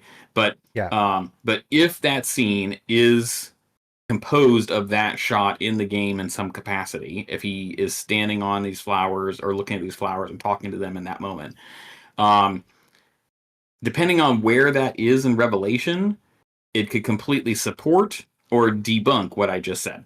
Fair. Fair. Yeah. Right? So who knows? Who knows? But that's where I land at the moment. And part of the reason I say that is because I think from a storytelling capacity, um, uh, doing that with Zach would result in the greatest amount of uh, intriguing ways that you could take Revelation, right? Not necessarily fan service, that's not what I'm after, but like think about the different ways in which Zach would fit into the main story. How would he react to what happened with Aerith at the end of Rebirth? Um, and I think it would be really compelling for a Captain America Superman esque kind of like a goody two shoes character to have some depth to play with emotionally that he doesn't normally have, right? How would he react to that? What would his interplay be with all the characters that he does know, Tifa, Yuffie, etc.? Yuffie recalled in her gold saucer date scene in Rebirth with Cloud, she recalled meeting Zack, right? They brought that back up and forward to the present. Why would they bring that up unless there was the potential for that to matter in some capacity, and having him intersect with Yuffie, see her again, how would she react to it, etc., would be great. What would their synergy abilities or with any of the other characters look like? How would he play off of Sid or Vincent or Barrett or whoever? And then how does he fit into the broader story, and the resolution of things? Does he still have to hand off the Buster Sword to Cloud at some point? Like what happens with him? Like we don't know the answers to any of these, but the most compelling, the most interesting, has him in some capacity intersecting with Cloud and the rest of the party at some point, right? You could certainly do some live stream shenanigans with him and Aerith, but I feel like we did enough of that bouncing around, following Zack between worlds, multiple worlds, and Rebirth. They would be kind of retreading that with a second character with Aerith if they did it again. They have to mix him up in what he's doing and do it differently, right? So Uh, I'm hoping for playable Turks. That's what I'm shooting for. Give me the Turks well, playable. the before it's Requiem, Ever Crisis is doing that for us. So, yeah. Yeah. Oh, did you catch this? I told Blitz about this when I was fighting Elena and Rude in the Musclehead Coliseum in Rebirth. There was a moment where I had the party take out Elena first, and Uh-huh. then we were all like the three of us were dealing with Rude, and then suddenly Elena is shooting me in the back. And when I rolled the footage back and looked at it later, you see it pop up above Rude's head. He used a Phoenix down and brought her back in the fight, That's awesome. right? So like the Turks have their own playable mechanics. They know how to operate as a party just like we do, and they work within the same rules and parameters, right? So Like, just let us play as them. With that would be so much fun. Yeah, They have synergy abilities, right? It'd be great. yeah, yeah. Yeah, modders have found a lot of stuff where it's like there's a lot of framework for playable everybody. Yeah, like that includes like item animations were made for like uh Vincent and Sid. You know, like so that's interesting. My answer to the question is if I'm of the mind, and I know I know this is a little disappointing, but I'm of the mind that you know I that if Zach is somehow in the Beagleverse, um, you know they're gonna have this very complex plot that keeps him separate from the party um, for at least like 50 hours, you know, like Yeah, agreed. um you know, and so they've done a really good job of not showing him. I think, and everybody's talking about young Sephiroth being like where we start the game. A lot of people said like we'll get that, you know, secret prologue, how we had that with Zach, you know, and we, you know, we had a playable demo that skipped that part. And I think Yeah. we might see something like that. And people are saying, well, it'll happen with young Sephiroth this time. I think it'll just be a continuation of Zach. I think, and I think that in order for us to get more and more Zach, um, you know, they're really not going to make it clear where he is for a good 50 hours. Um, Yeah. like we might even see him in a version of Midgard that's got beagle stamps and and I'm of the mind that if we see that in a trailer, then it is legitimately a red herring. So what we're seeing is we're seeing the live stream is already broken, and we're seeing that what we might see is that the fragment of the Beagleverse that um that Zach is in is one that's like it's like the discarded live stream that's already being broken by Sephiroth. So I have a feeling here. So here's my prediction on it.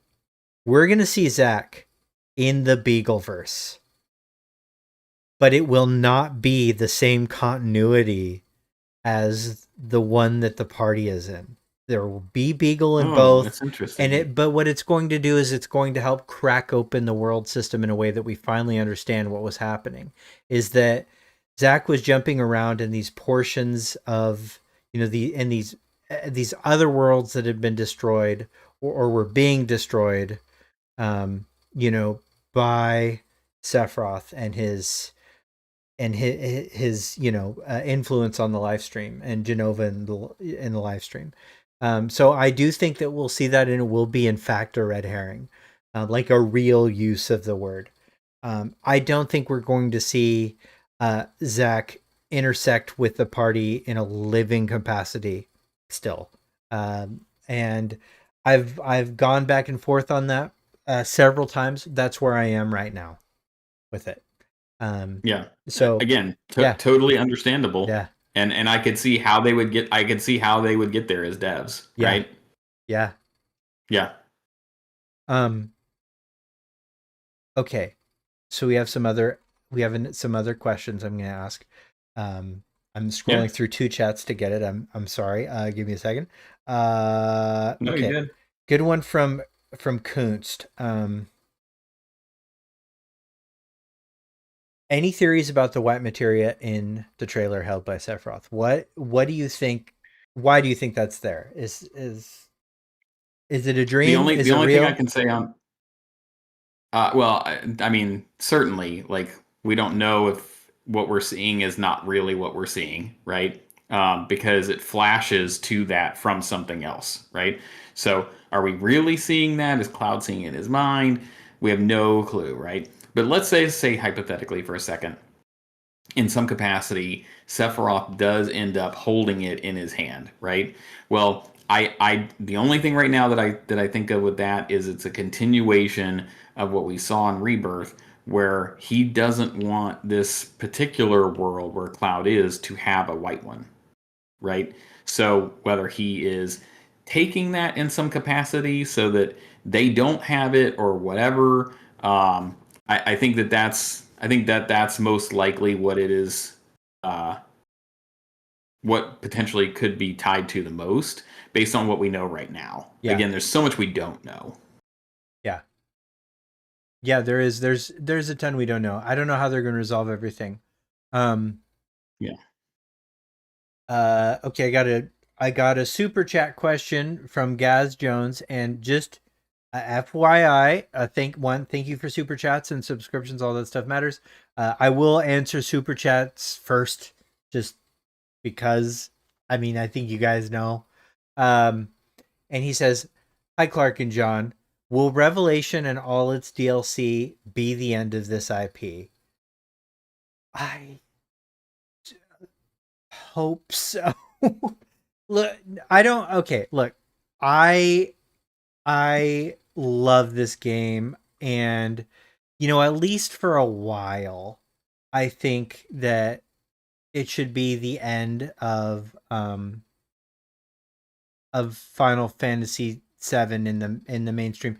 Does that mean that Cloud and Sephiroth and Tifa can't show up in Fortnite? Of course they can. Forever, whatever. Do that forever, for as long as you want. Do that. But I don't want there to be another game in this universe. I don't want there to be another main series title in this universe. Um, with the exception of A Stranger of Paradise starring Sephiroth. I'd be down for that. I would make an exception for that.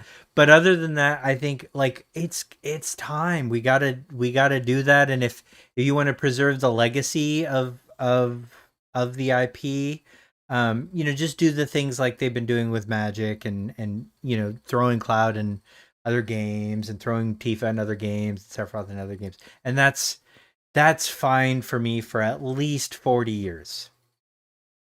How about you? Yeah. Yeah, I think I'm largely in agreement with you. I think that collaborations could allow the IP to continue. I think that I think that they have done such a good job with this remake series, bringing together the whole compilation, redeeming some of the compilation in some sense, right? And really folding it all into itself in the best version of itself that it could possibly be, right? Mm-hmm. And I do think that there is some merit to saying we're going to land this plane, we're going to end this story in a conclusive fashion. Um, there may be some ambiguity to certain pieces of the ending. We may not get all answers to all things, but Yeah. by and large, the main story, the main narrative they've been telling for 30 years, the 30-year cook, if you will, finally concludes. Um, and then, yeah, I don't know that I agree with another, you know, Final Fantasy VII standalone title as it is, right? I think that this is a good way to wrap it all up. But again, with the way they're building Revelation, I do think that there is the capacity to land the plane and end the main story and still augment Revelation in the future to add more things for more people to do without continuing the narrative, right? Much in the same way that Witcher 3 put out two really good expansions. We heard like it was a finalized game for 10 years, and now all of a sudden they're hitting us with, hey, we're going to do a full nother expansion out of nowhere, right? So, like, I think that that's the type of thing that you could still do, where you could give us some more to do with it, that it doesn't the IP doesn't go away forever, right? Because they still obviously they're a business at the end of the day. They're going to want to make money and that kind of thing. But I think the story itself needs to end here. Yeah. Yeah. I Yeah. agree. Okay, good. I'm glad that we're in agreement. Um okay, so what do you think? Okay, so uh, for context, there is a Hollow is the theme song of Mhm. Final Fantasy VII Remake. Yep. Survive Said the Prophet, which is a band that Yosh, the singer of Hollow, is a part of recently, and by recently I mean yesterday. So two things happened yesterday. Yep. Uh, End of Service Forever Crisis and Hollow. A cover of Hollow was released by Survive Said the Prophet. And he's what do you think about the reconception of Hollow? This certainly doesn't sound like a Cloud who is simply accepting fate to me, but a protagonist who's actively fighting it with full force. And that's from Tony Macaroni. Okay, so here's so if you look at Hollow, it's got a few new one. It's a new edit. It's a banger. It's the first version of Hollow. I'm gonna get in some trouble for saying this. It's the first version of Hollow that musically I have enjoyed. I have just not liked Hollow musically. I've liked like the instrumental versions of it in Rebirth when you get near Midgar. I haven't actually liked it sung. This version I really like. Okay, get that out of the way. It adds a few lyrics that are like screaming parts in the middle, and they're very nihilistic sounding. They're like we'll bleed together, etc. Um, but other than that, it's just a rehash of the same lyrics. Um, so do I think do I think that it means anything? I'm going to be 100% honest. No, I don't think that means anything. I think what happened is Yash, who loved that song, has wanted to make his own version with his band Survive Said the Prophet, um, and approached Square Enix, said, "Hey, can I do this?" And they said, "Sure, just do your own thing. Don't go too crazy." And then they proceeded to use like the wrong Buster Sword, Buster Sword from Crisis Core, use kind of, in my opinion, like assets that aren't of the quality that say a standard. Like it wasn't done by Square Enix's studio. Like you can really tell, like their CG studio is too top notch. Um, they remixed a little bit of audio from the game I Miss at the Steel Sky. They probably got permission. I do not think that this is like a Square Enix presented thing. And I don't actually think this version is even going to be in Revelation. If I'm wrong, I'm wrong. If but that's just my honest takeaway. How about you? What do you think? Do you think there's anything of value in this new Hollow version? Um, no, I think I Okay. pretty much land where you do, Okay. right? Like, yeah. I don't know that I have anything to add. I agree. All right. Okay. Um, Other than I differ from you. I do like Hollow and Remake and Rebirth. okay. And that's fine. You're totally allowed to have bad musical opinions on this. Um, okay. All right. Chances that KOTOR is a compilation of FF series hero characters, and if you fight each one, you gain power to unlock full potential. There's so much they can do with the Knights of the Round, like, and that would be fun if it was like, oh yeah, this one's lightning, and then this one's squall. I feel like they're doing that a little bit too much, like like as a brand, like Resonance is coming out soon. Um, and you can summon Cloud in that game. You can summon Tidus and Clive and probably Jack. Like so they do that a little too much. I do feel like there's going to be something big and cool with Knights of the Round. And we already know there's this weird connection to Final Fantasy X that's been teased at. I wouldn't hate that, but I don't know. What are your thoughts on Knights of the Round? Could they do something like that? So, I mean, I think they could, and I think that would honestly, in a fan servicey kind of way, it would be cool in a way that uh, people would get or they wouldn't get, depending on whether they're an FF fan or Yeah, not. Um, uh, but I think it goes a step too far out of what FF7 and its world and its story and everything is to do it. Much in the same way that, like, I know that there's sort of been those hints or those teases between FF10 and FF7, like you alluded to, yeah, but there's already so much to do in Revelation that to stray outside of that to give us like concrete connections between the two of them, I don't think that we'll see that. I think at best we'll see sort of like that picture in the Shinra building yeah. of that like guy in the suit is like a reference, like another one of those teases. I think we could get some of those teases in Revelation, but I don't think they're going to explicitly go in any way, in any direction that's going to try and fuse the two of those things together. I don't think that's going to happen. Yeah, and as fun as that is, I just think like there's so much potential for them to really expand the Cetra lore. Like something that people have always wanted. Like people always ask, like, I want more Cetra backstory. I want more. I want to know what happened when Genova showed up. Like, and when like one of the coolest things I thought like they kind of alluded to possibly establishing, and this could have just been a coincidence, but they let us know that Shiva helped seal away Genova. Like she was a Cetran queen, Right. and that like one of the things that I liked, like the my headcanon became is that as she was being frozen, Genova was changing her appearance to try and mimic the only thing she could see at the time, which is why she looks sort of like Shiva. I thought that'd be such a cool little plot detail. Um, and I'm not so certain on that anymore. Um, One of the things that has me a little unclear on it is just that facial model um, is just Roberto Ferrari's wife.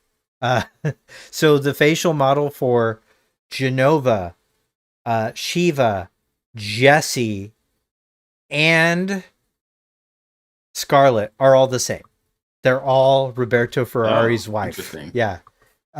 Hmm. And so that's probably the connection, but it's still really cool, like the idea. And so for us to get like more Cetra lore would be really cool, and to let the Knights of the Round be a way for us to like learn more about the Cetra would be really cool. Um, and so And it there's would just, fit with the way that they did things in Rebirth too, right? mm-hmm, Like we learn more about the world and the history through the summons, yeah, and this would be a way to learn the Cetra lore. Yeah, yeah. Will yeah. DeChow be a summon? That'd be cool. And Rhonda the Junin lady, yeah, she would be. Okay, all right, perfect. Egg with feelings says, "Do you think Advent Children outfits will just be optional unlockables, or do you think Cloud could get his outfit as part of the main story?" First of all, I love that this question just basically asserts that we are getting this outfit. We have no hard confirmation we are getting this outfit, but I feel the more that we will this into existence, the better, because Yeah, I need this outfit. yeah, Um, yeah. and so, what do you think? What's your answer to this? And then I'll answer. I think if we show up to the final battle wearing that, there should be a specific line of dialogue where Sephiroth's like, "What the H?" Yeah, I think they should put that in the game. Is what I think that they should do. yeah. Um, I think that there is merit to the way they're designing this. To be I like, just, dude, it's uh, so funny the idea of Sephiroth like censoring himself and not saying the word hell and just being like, "What the H? This is effing WTF is going crazy." on here? Whiskey Tango Foxtrot, guys. Can you imagine that Sephiroth just shows up being the sweetest, summerest child of all times? Okay, all right, go on. Sorry. I do think that with the way that they're building out Revelation to sound like outfits and stuff is things that we could acquire through mini games and side story or side content Yeah, yeah, completion and stuff like that. I think it presents them the opportunity to bring maybe all of the Ever Crisis outfits, all of the things into this game and give us an option to get as many of them as possible. yeah, yeah, Again, to just free up how players can express themselves in the game. I think that that is really cool. That could be how we get that. Um, and there was somebody in one of our chats, me or Blitz, I don't remember, but they said like, what if well, first of all, I said, what if the Black Materia is like slotted into the Buster Sword mechanically in the game? Like if you go to the menu and go to Cloud's equipment, the Black Materia is in the Buster Sword, but you can't remove it, right? that'd be tight. But then when we get the empty materia, whatever happens with that, is there a way that that could be slotted in the Buster Sword and it turns into the fusion sword or something like that, right? Like Oh, that would be really oh, cool, right? that sounds so cool. I Yeah. love that. I love that. Um, I'm going to answer, unfortunately, in a way that I think reduces some of the excitement. I think it'll be post game content. Um, and Yeah, it will could be be. more of an origin of how we get like, yeah, I do think that there are elements of the story that will go beyond the way that it ends. We'll see, and we might see some divergence. Like we might see, that this is a different kind. Like I expect there to be some darkness, but I do not want to pretend like Advent Children was like this happy ending for everybody. It was a happy ending for Cloud. Cloud did get to smile at the end of that game. It was on the way to his smile, and this is his story. But like a lot of kids died of this disease of Genovid. Like that sucked. Like let's not pretend that didn't happen. So I do think that there's a Yeah. chance for us to divert and everything. But I do think for the most part, what post game content might look like is for us to see, like elements of what would have happened in Advent Children or what is going to happen in Advent Children come to fruition. Like we don't have an origin as to why Tifa and Cloud have those outfits in Advent Children, other than just like, oh man, we really needed to drip it up. Like we needed to look really cool and match in the way that we did it. I would love to Yeah. see a reason why Why why Barrett is wearing fishnet? yeah, Barrett, like let's he finds a fisherman and then like a Patagonia merchant who's like, here's your puffer and a fishnet, slay king. Like they should do something like that. Like I think it's probably going to be a little bit in between those two extremes where it's Yeah. going to happen in post game content. We're either going to get uh you know we're gonna get a variant of the outfit because, oh, this would have looked good on you in a different time, or something like that. I don't think we get that outfit. If we do get that outfit, um, you know, before we get to go to the Sephiroth fight, I think what the Yeah. H cloud isn't gonna happen. Okay, But it would be awesome. it would be awesome. Okay, here's a good question. Yes. Uh, was there anything about remake that you liked more than rebirth? You want me to go first? Yeah. Yeah, I the one of the biggest critiques, the two big critiques that I have for the remake series as a whole. One of them has to do with photo mode. It is not as it's just a particular thing for me, right? But it's not as dynamic as other games, and Yeah. the distance from the camera is the main point of concern because you're so locked in, so far in. But the other thing is, I really liked, mostly by virtue of the fact that a lot of remakes happened in darker environments or at night, and Rebirth did not. Um, Man, UE4 and the lighting sources and how overpowering they are. It certainly happened in Remake, right? Mm-hmm. But it was a lot more prevalent in Rebirth. Yeah. And so Remake was just a more, they're both gorgeous games, but it was a more gorgeous game because of just the aesthetic and the way that it was portrayed with some of the lighting and environments and stuff. It was phenomenal. Yeah. Yeah. Yeah. I I completely agree. And for people that play on PC, they finally have a really good shader injector mod to make the lighting equivalent. And it's weird that you have to use a mod to get it. But it literally makes the lighting equivalent to remake. The lighting is superior in remake.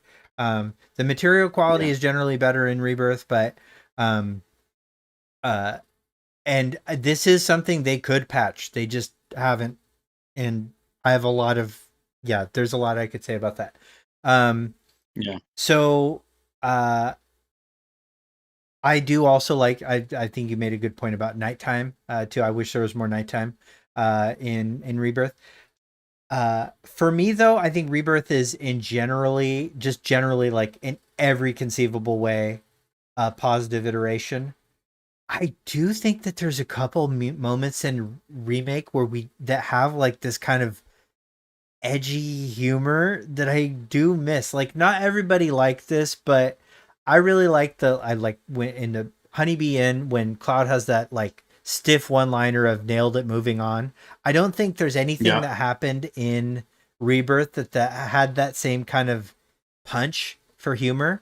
And then as dumb and 90s as it is, when Cloud is fighting one of the harbingers and their swords clash and he says bring it on bitch, I think that's funny. I like that. I'm aware that's not everybody's cup of tea. I can understand moving away from that, but I think it was funny. I would like some more stuff like that in part 3. Okay. Yeah, I see what you're saying there. I mean, I Yeah. do think that like I love the parallel between Reno jumping off of the helicopter and onto Cloud's sword Yeah. and being like, it's nothing personal. And then in Rebirth, you're about to fight the Valkyrie, Yeah. and Elena even pulls that out, is like, play nice, shitbirds. Yeah.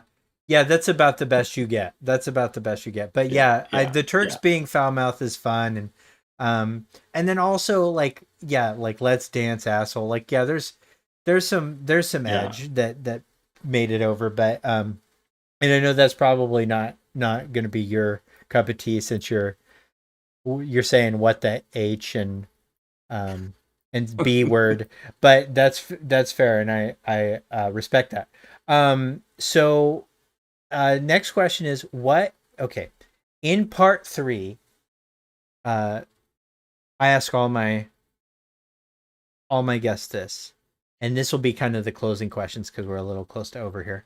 Um, in part 3, what scene that we can expect are you most looking forward to, and what scene and what thing do you want to happen that we can't expect? Meaning, it's not a guarantee. Like it's something that either is like part of your head canon for something that you're theorizing, or it's something that uh, some wish you have that you want part 3 to do.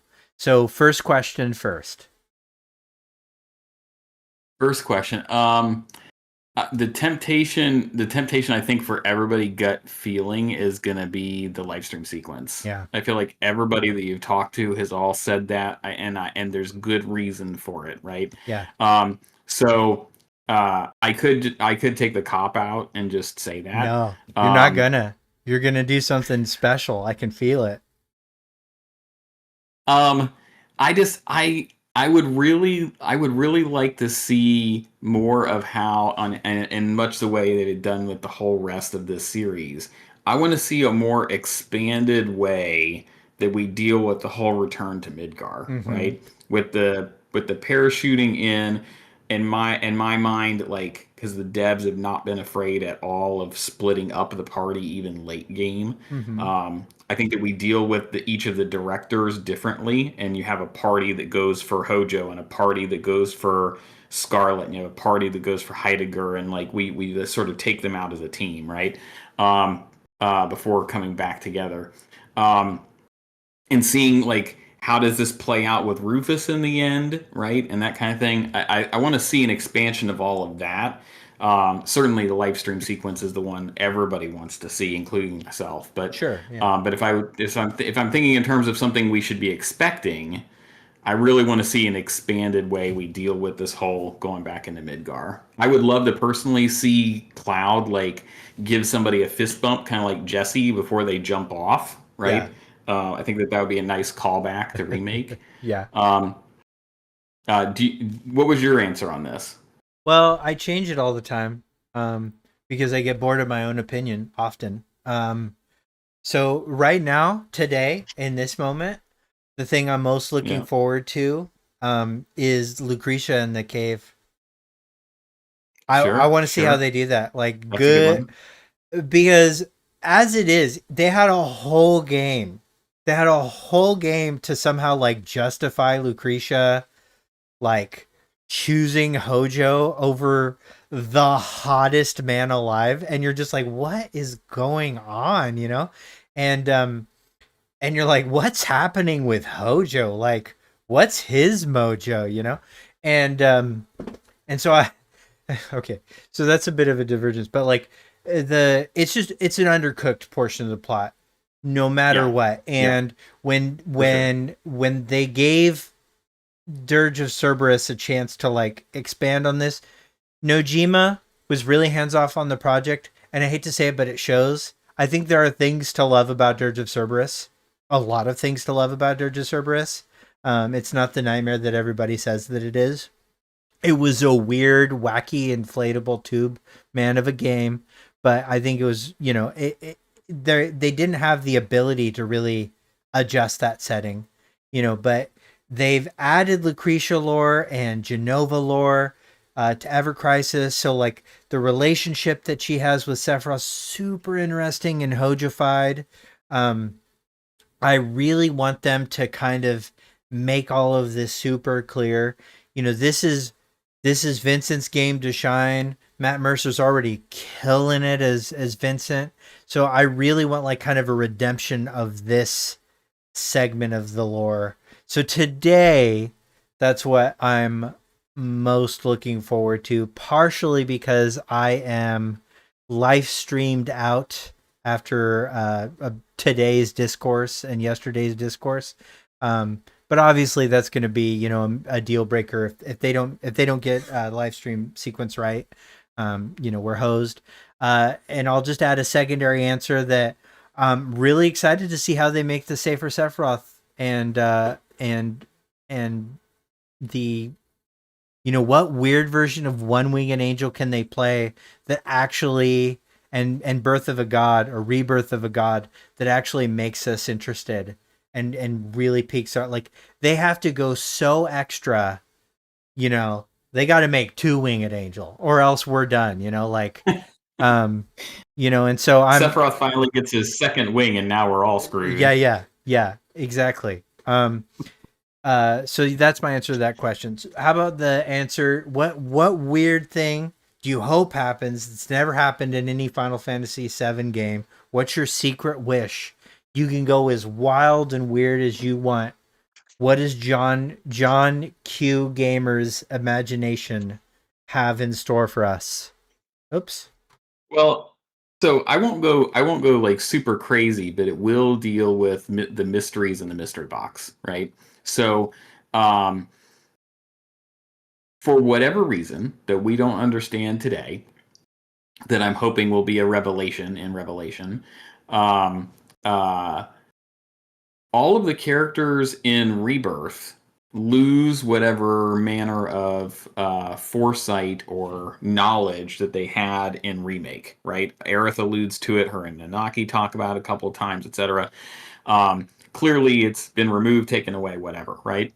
Yeah. Nobody possesses it except for one person. Marlene kept hers. And I want to know why. And I want it to be relevant. I want, for Okay. some All right. reason, this child kept this information when Aerith touched her. and she knows what's going on, and she told Zach about it. And if that's the only relevance there is to guide Zach on the path to stop Sephiroth, to save Aerith, to help Cloud, you need to go do this, and she's the impetus to drive Zach forward. Okay, maybe that could be, but I would love to see it come back around in some way where it is relevant and it means something that she can divulge or tell the party something that none of them have access to that helps them to get the job done. That's very cool. That's, yeah. I mean, and I think that's, of the, wild swings that I've heard, it feels pretty reasonable. Like that is one of the big strings that needs a tie. Like that needs a tie. And if we've got Hamaguchi promising resolve on all of the things, that's one of them. Like it's an amazing amount of questions that still linger from the first game that need solid actions, let alone the solid answers, let alone the second. So great answer. And I guess That and my Playable Turks. playable tricks. There it is. There it is. Um, okay, so my wild swing has changed every single time too, because it's my show and I can do that, and I'm moody, and sometimes the fandom upsets me and I want different stuff. But I today, my big wild wish for something that seems unlikely, that has no precedent. I want during post game for us to get like a secondary plot point that resolves that uh everything that happened with Elfie and Verdot in Before Crisis, and I want Elfie to be among the playable super bosses. That's one of my more recent ones. Like, just because we did get new Elfie art for the death of Ever Crisis, it's going to end with us getting Before Crisis stuff. And so I really do want us to be able to fight Elfie. The other thing that I want, okay, I know I'm answering twice, is I want to be vindicated on Chadley. I want us all to be because my theory on Chadley is that he is going to be VV levels of sad. Like, he's not secretly Sephiroth. He's not sus in a way that's like, oh, I'm, the sad figure, blah blah blah. I think Chadley is going to somehow sacrifice himself in a way, or like eliminate his own existence to save us in some way that's so sad and so redemptive that he's the real redemption arc. Like, people, because there's something that really stuck out in an interview that that Hamaguchi had with Gene Park, of all things, that they are really aware of how annoying Chadley is.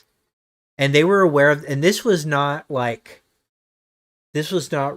after it, this was not like after people had played the game. This was on release. They were aware that Chadley was super annoying. And so it felt like they're aware that we're going to have this opinion of him, and that was expected.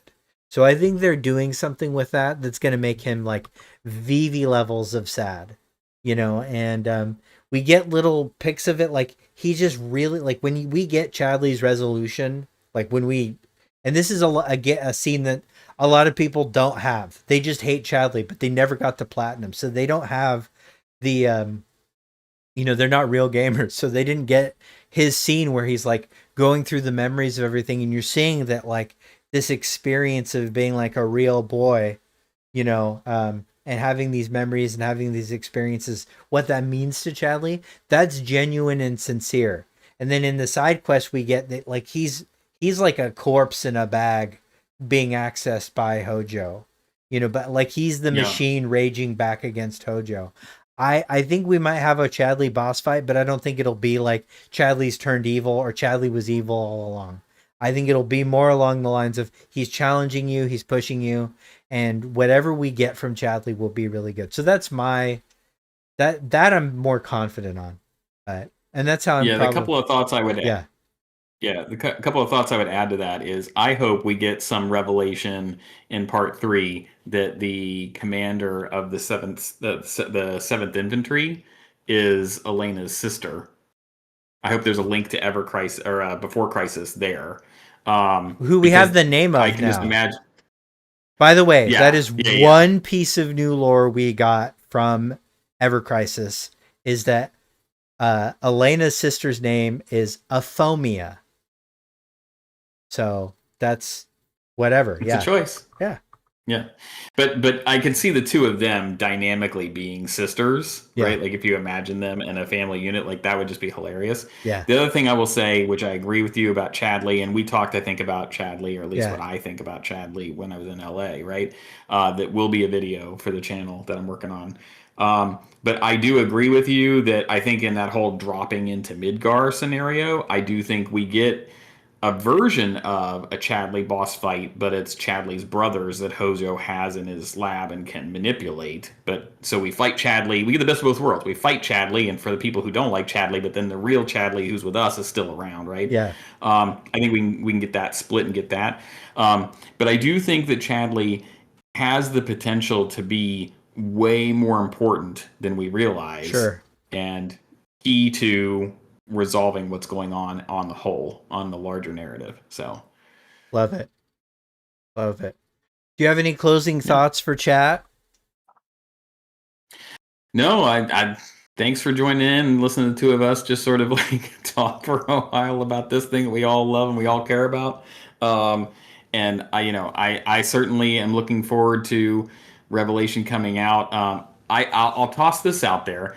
I am working on something that I kicked off on a live stream recently, but I'm working on a project where I'm taking remake and intergrade and weaving them into one experience, one unified experience.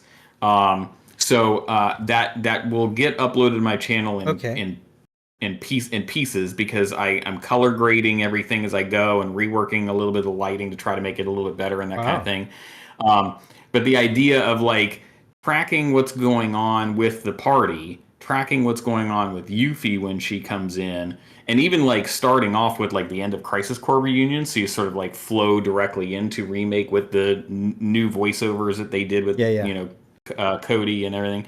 Um, but weaving that all together, and then we get to dip out points that we don't enjoy so much, right? Like we can go follow Yuffie and Sonon a little bit, and we don't have to trudge back through the sewers, right? Wow.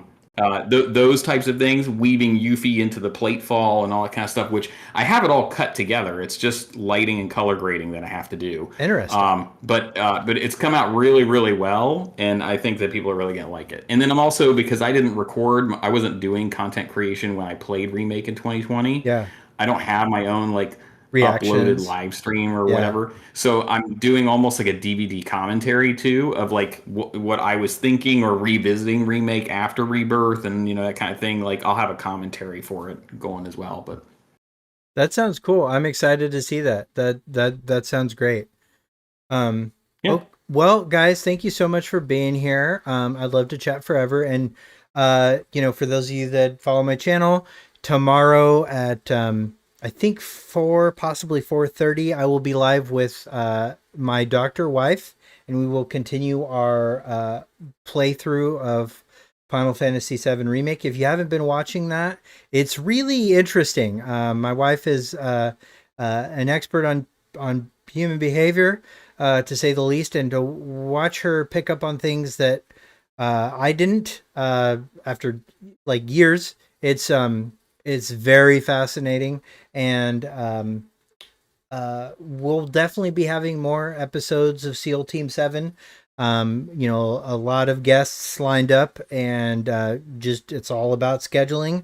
I will try and do SEAL Team 7's weekly, in the ballpark of Monday through Wednesday, and then Thursday is going to be our sort of dedicated day. But you guys are the best. Love you all. Feel free to like and subscribe and do all that stuff. I will put a link to John Q's channel in the description of the uploaded video later. And please like and subscribe him. I'm sure that this is not even close to the last time he will be on the show. And with that, I will bid you all adieu.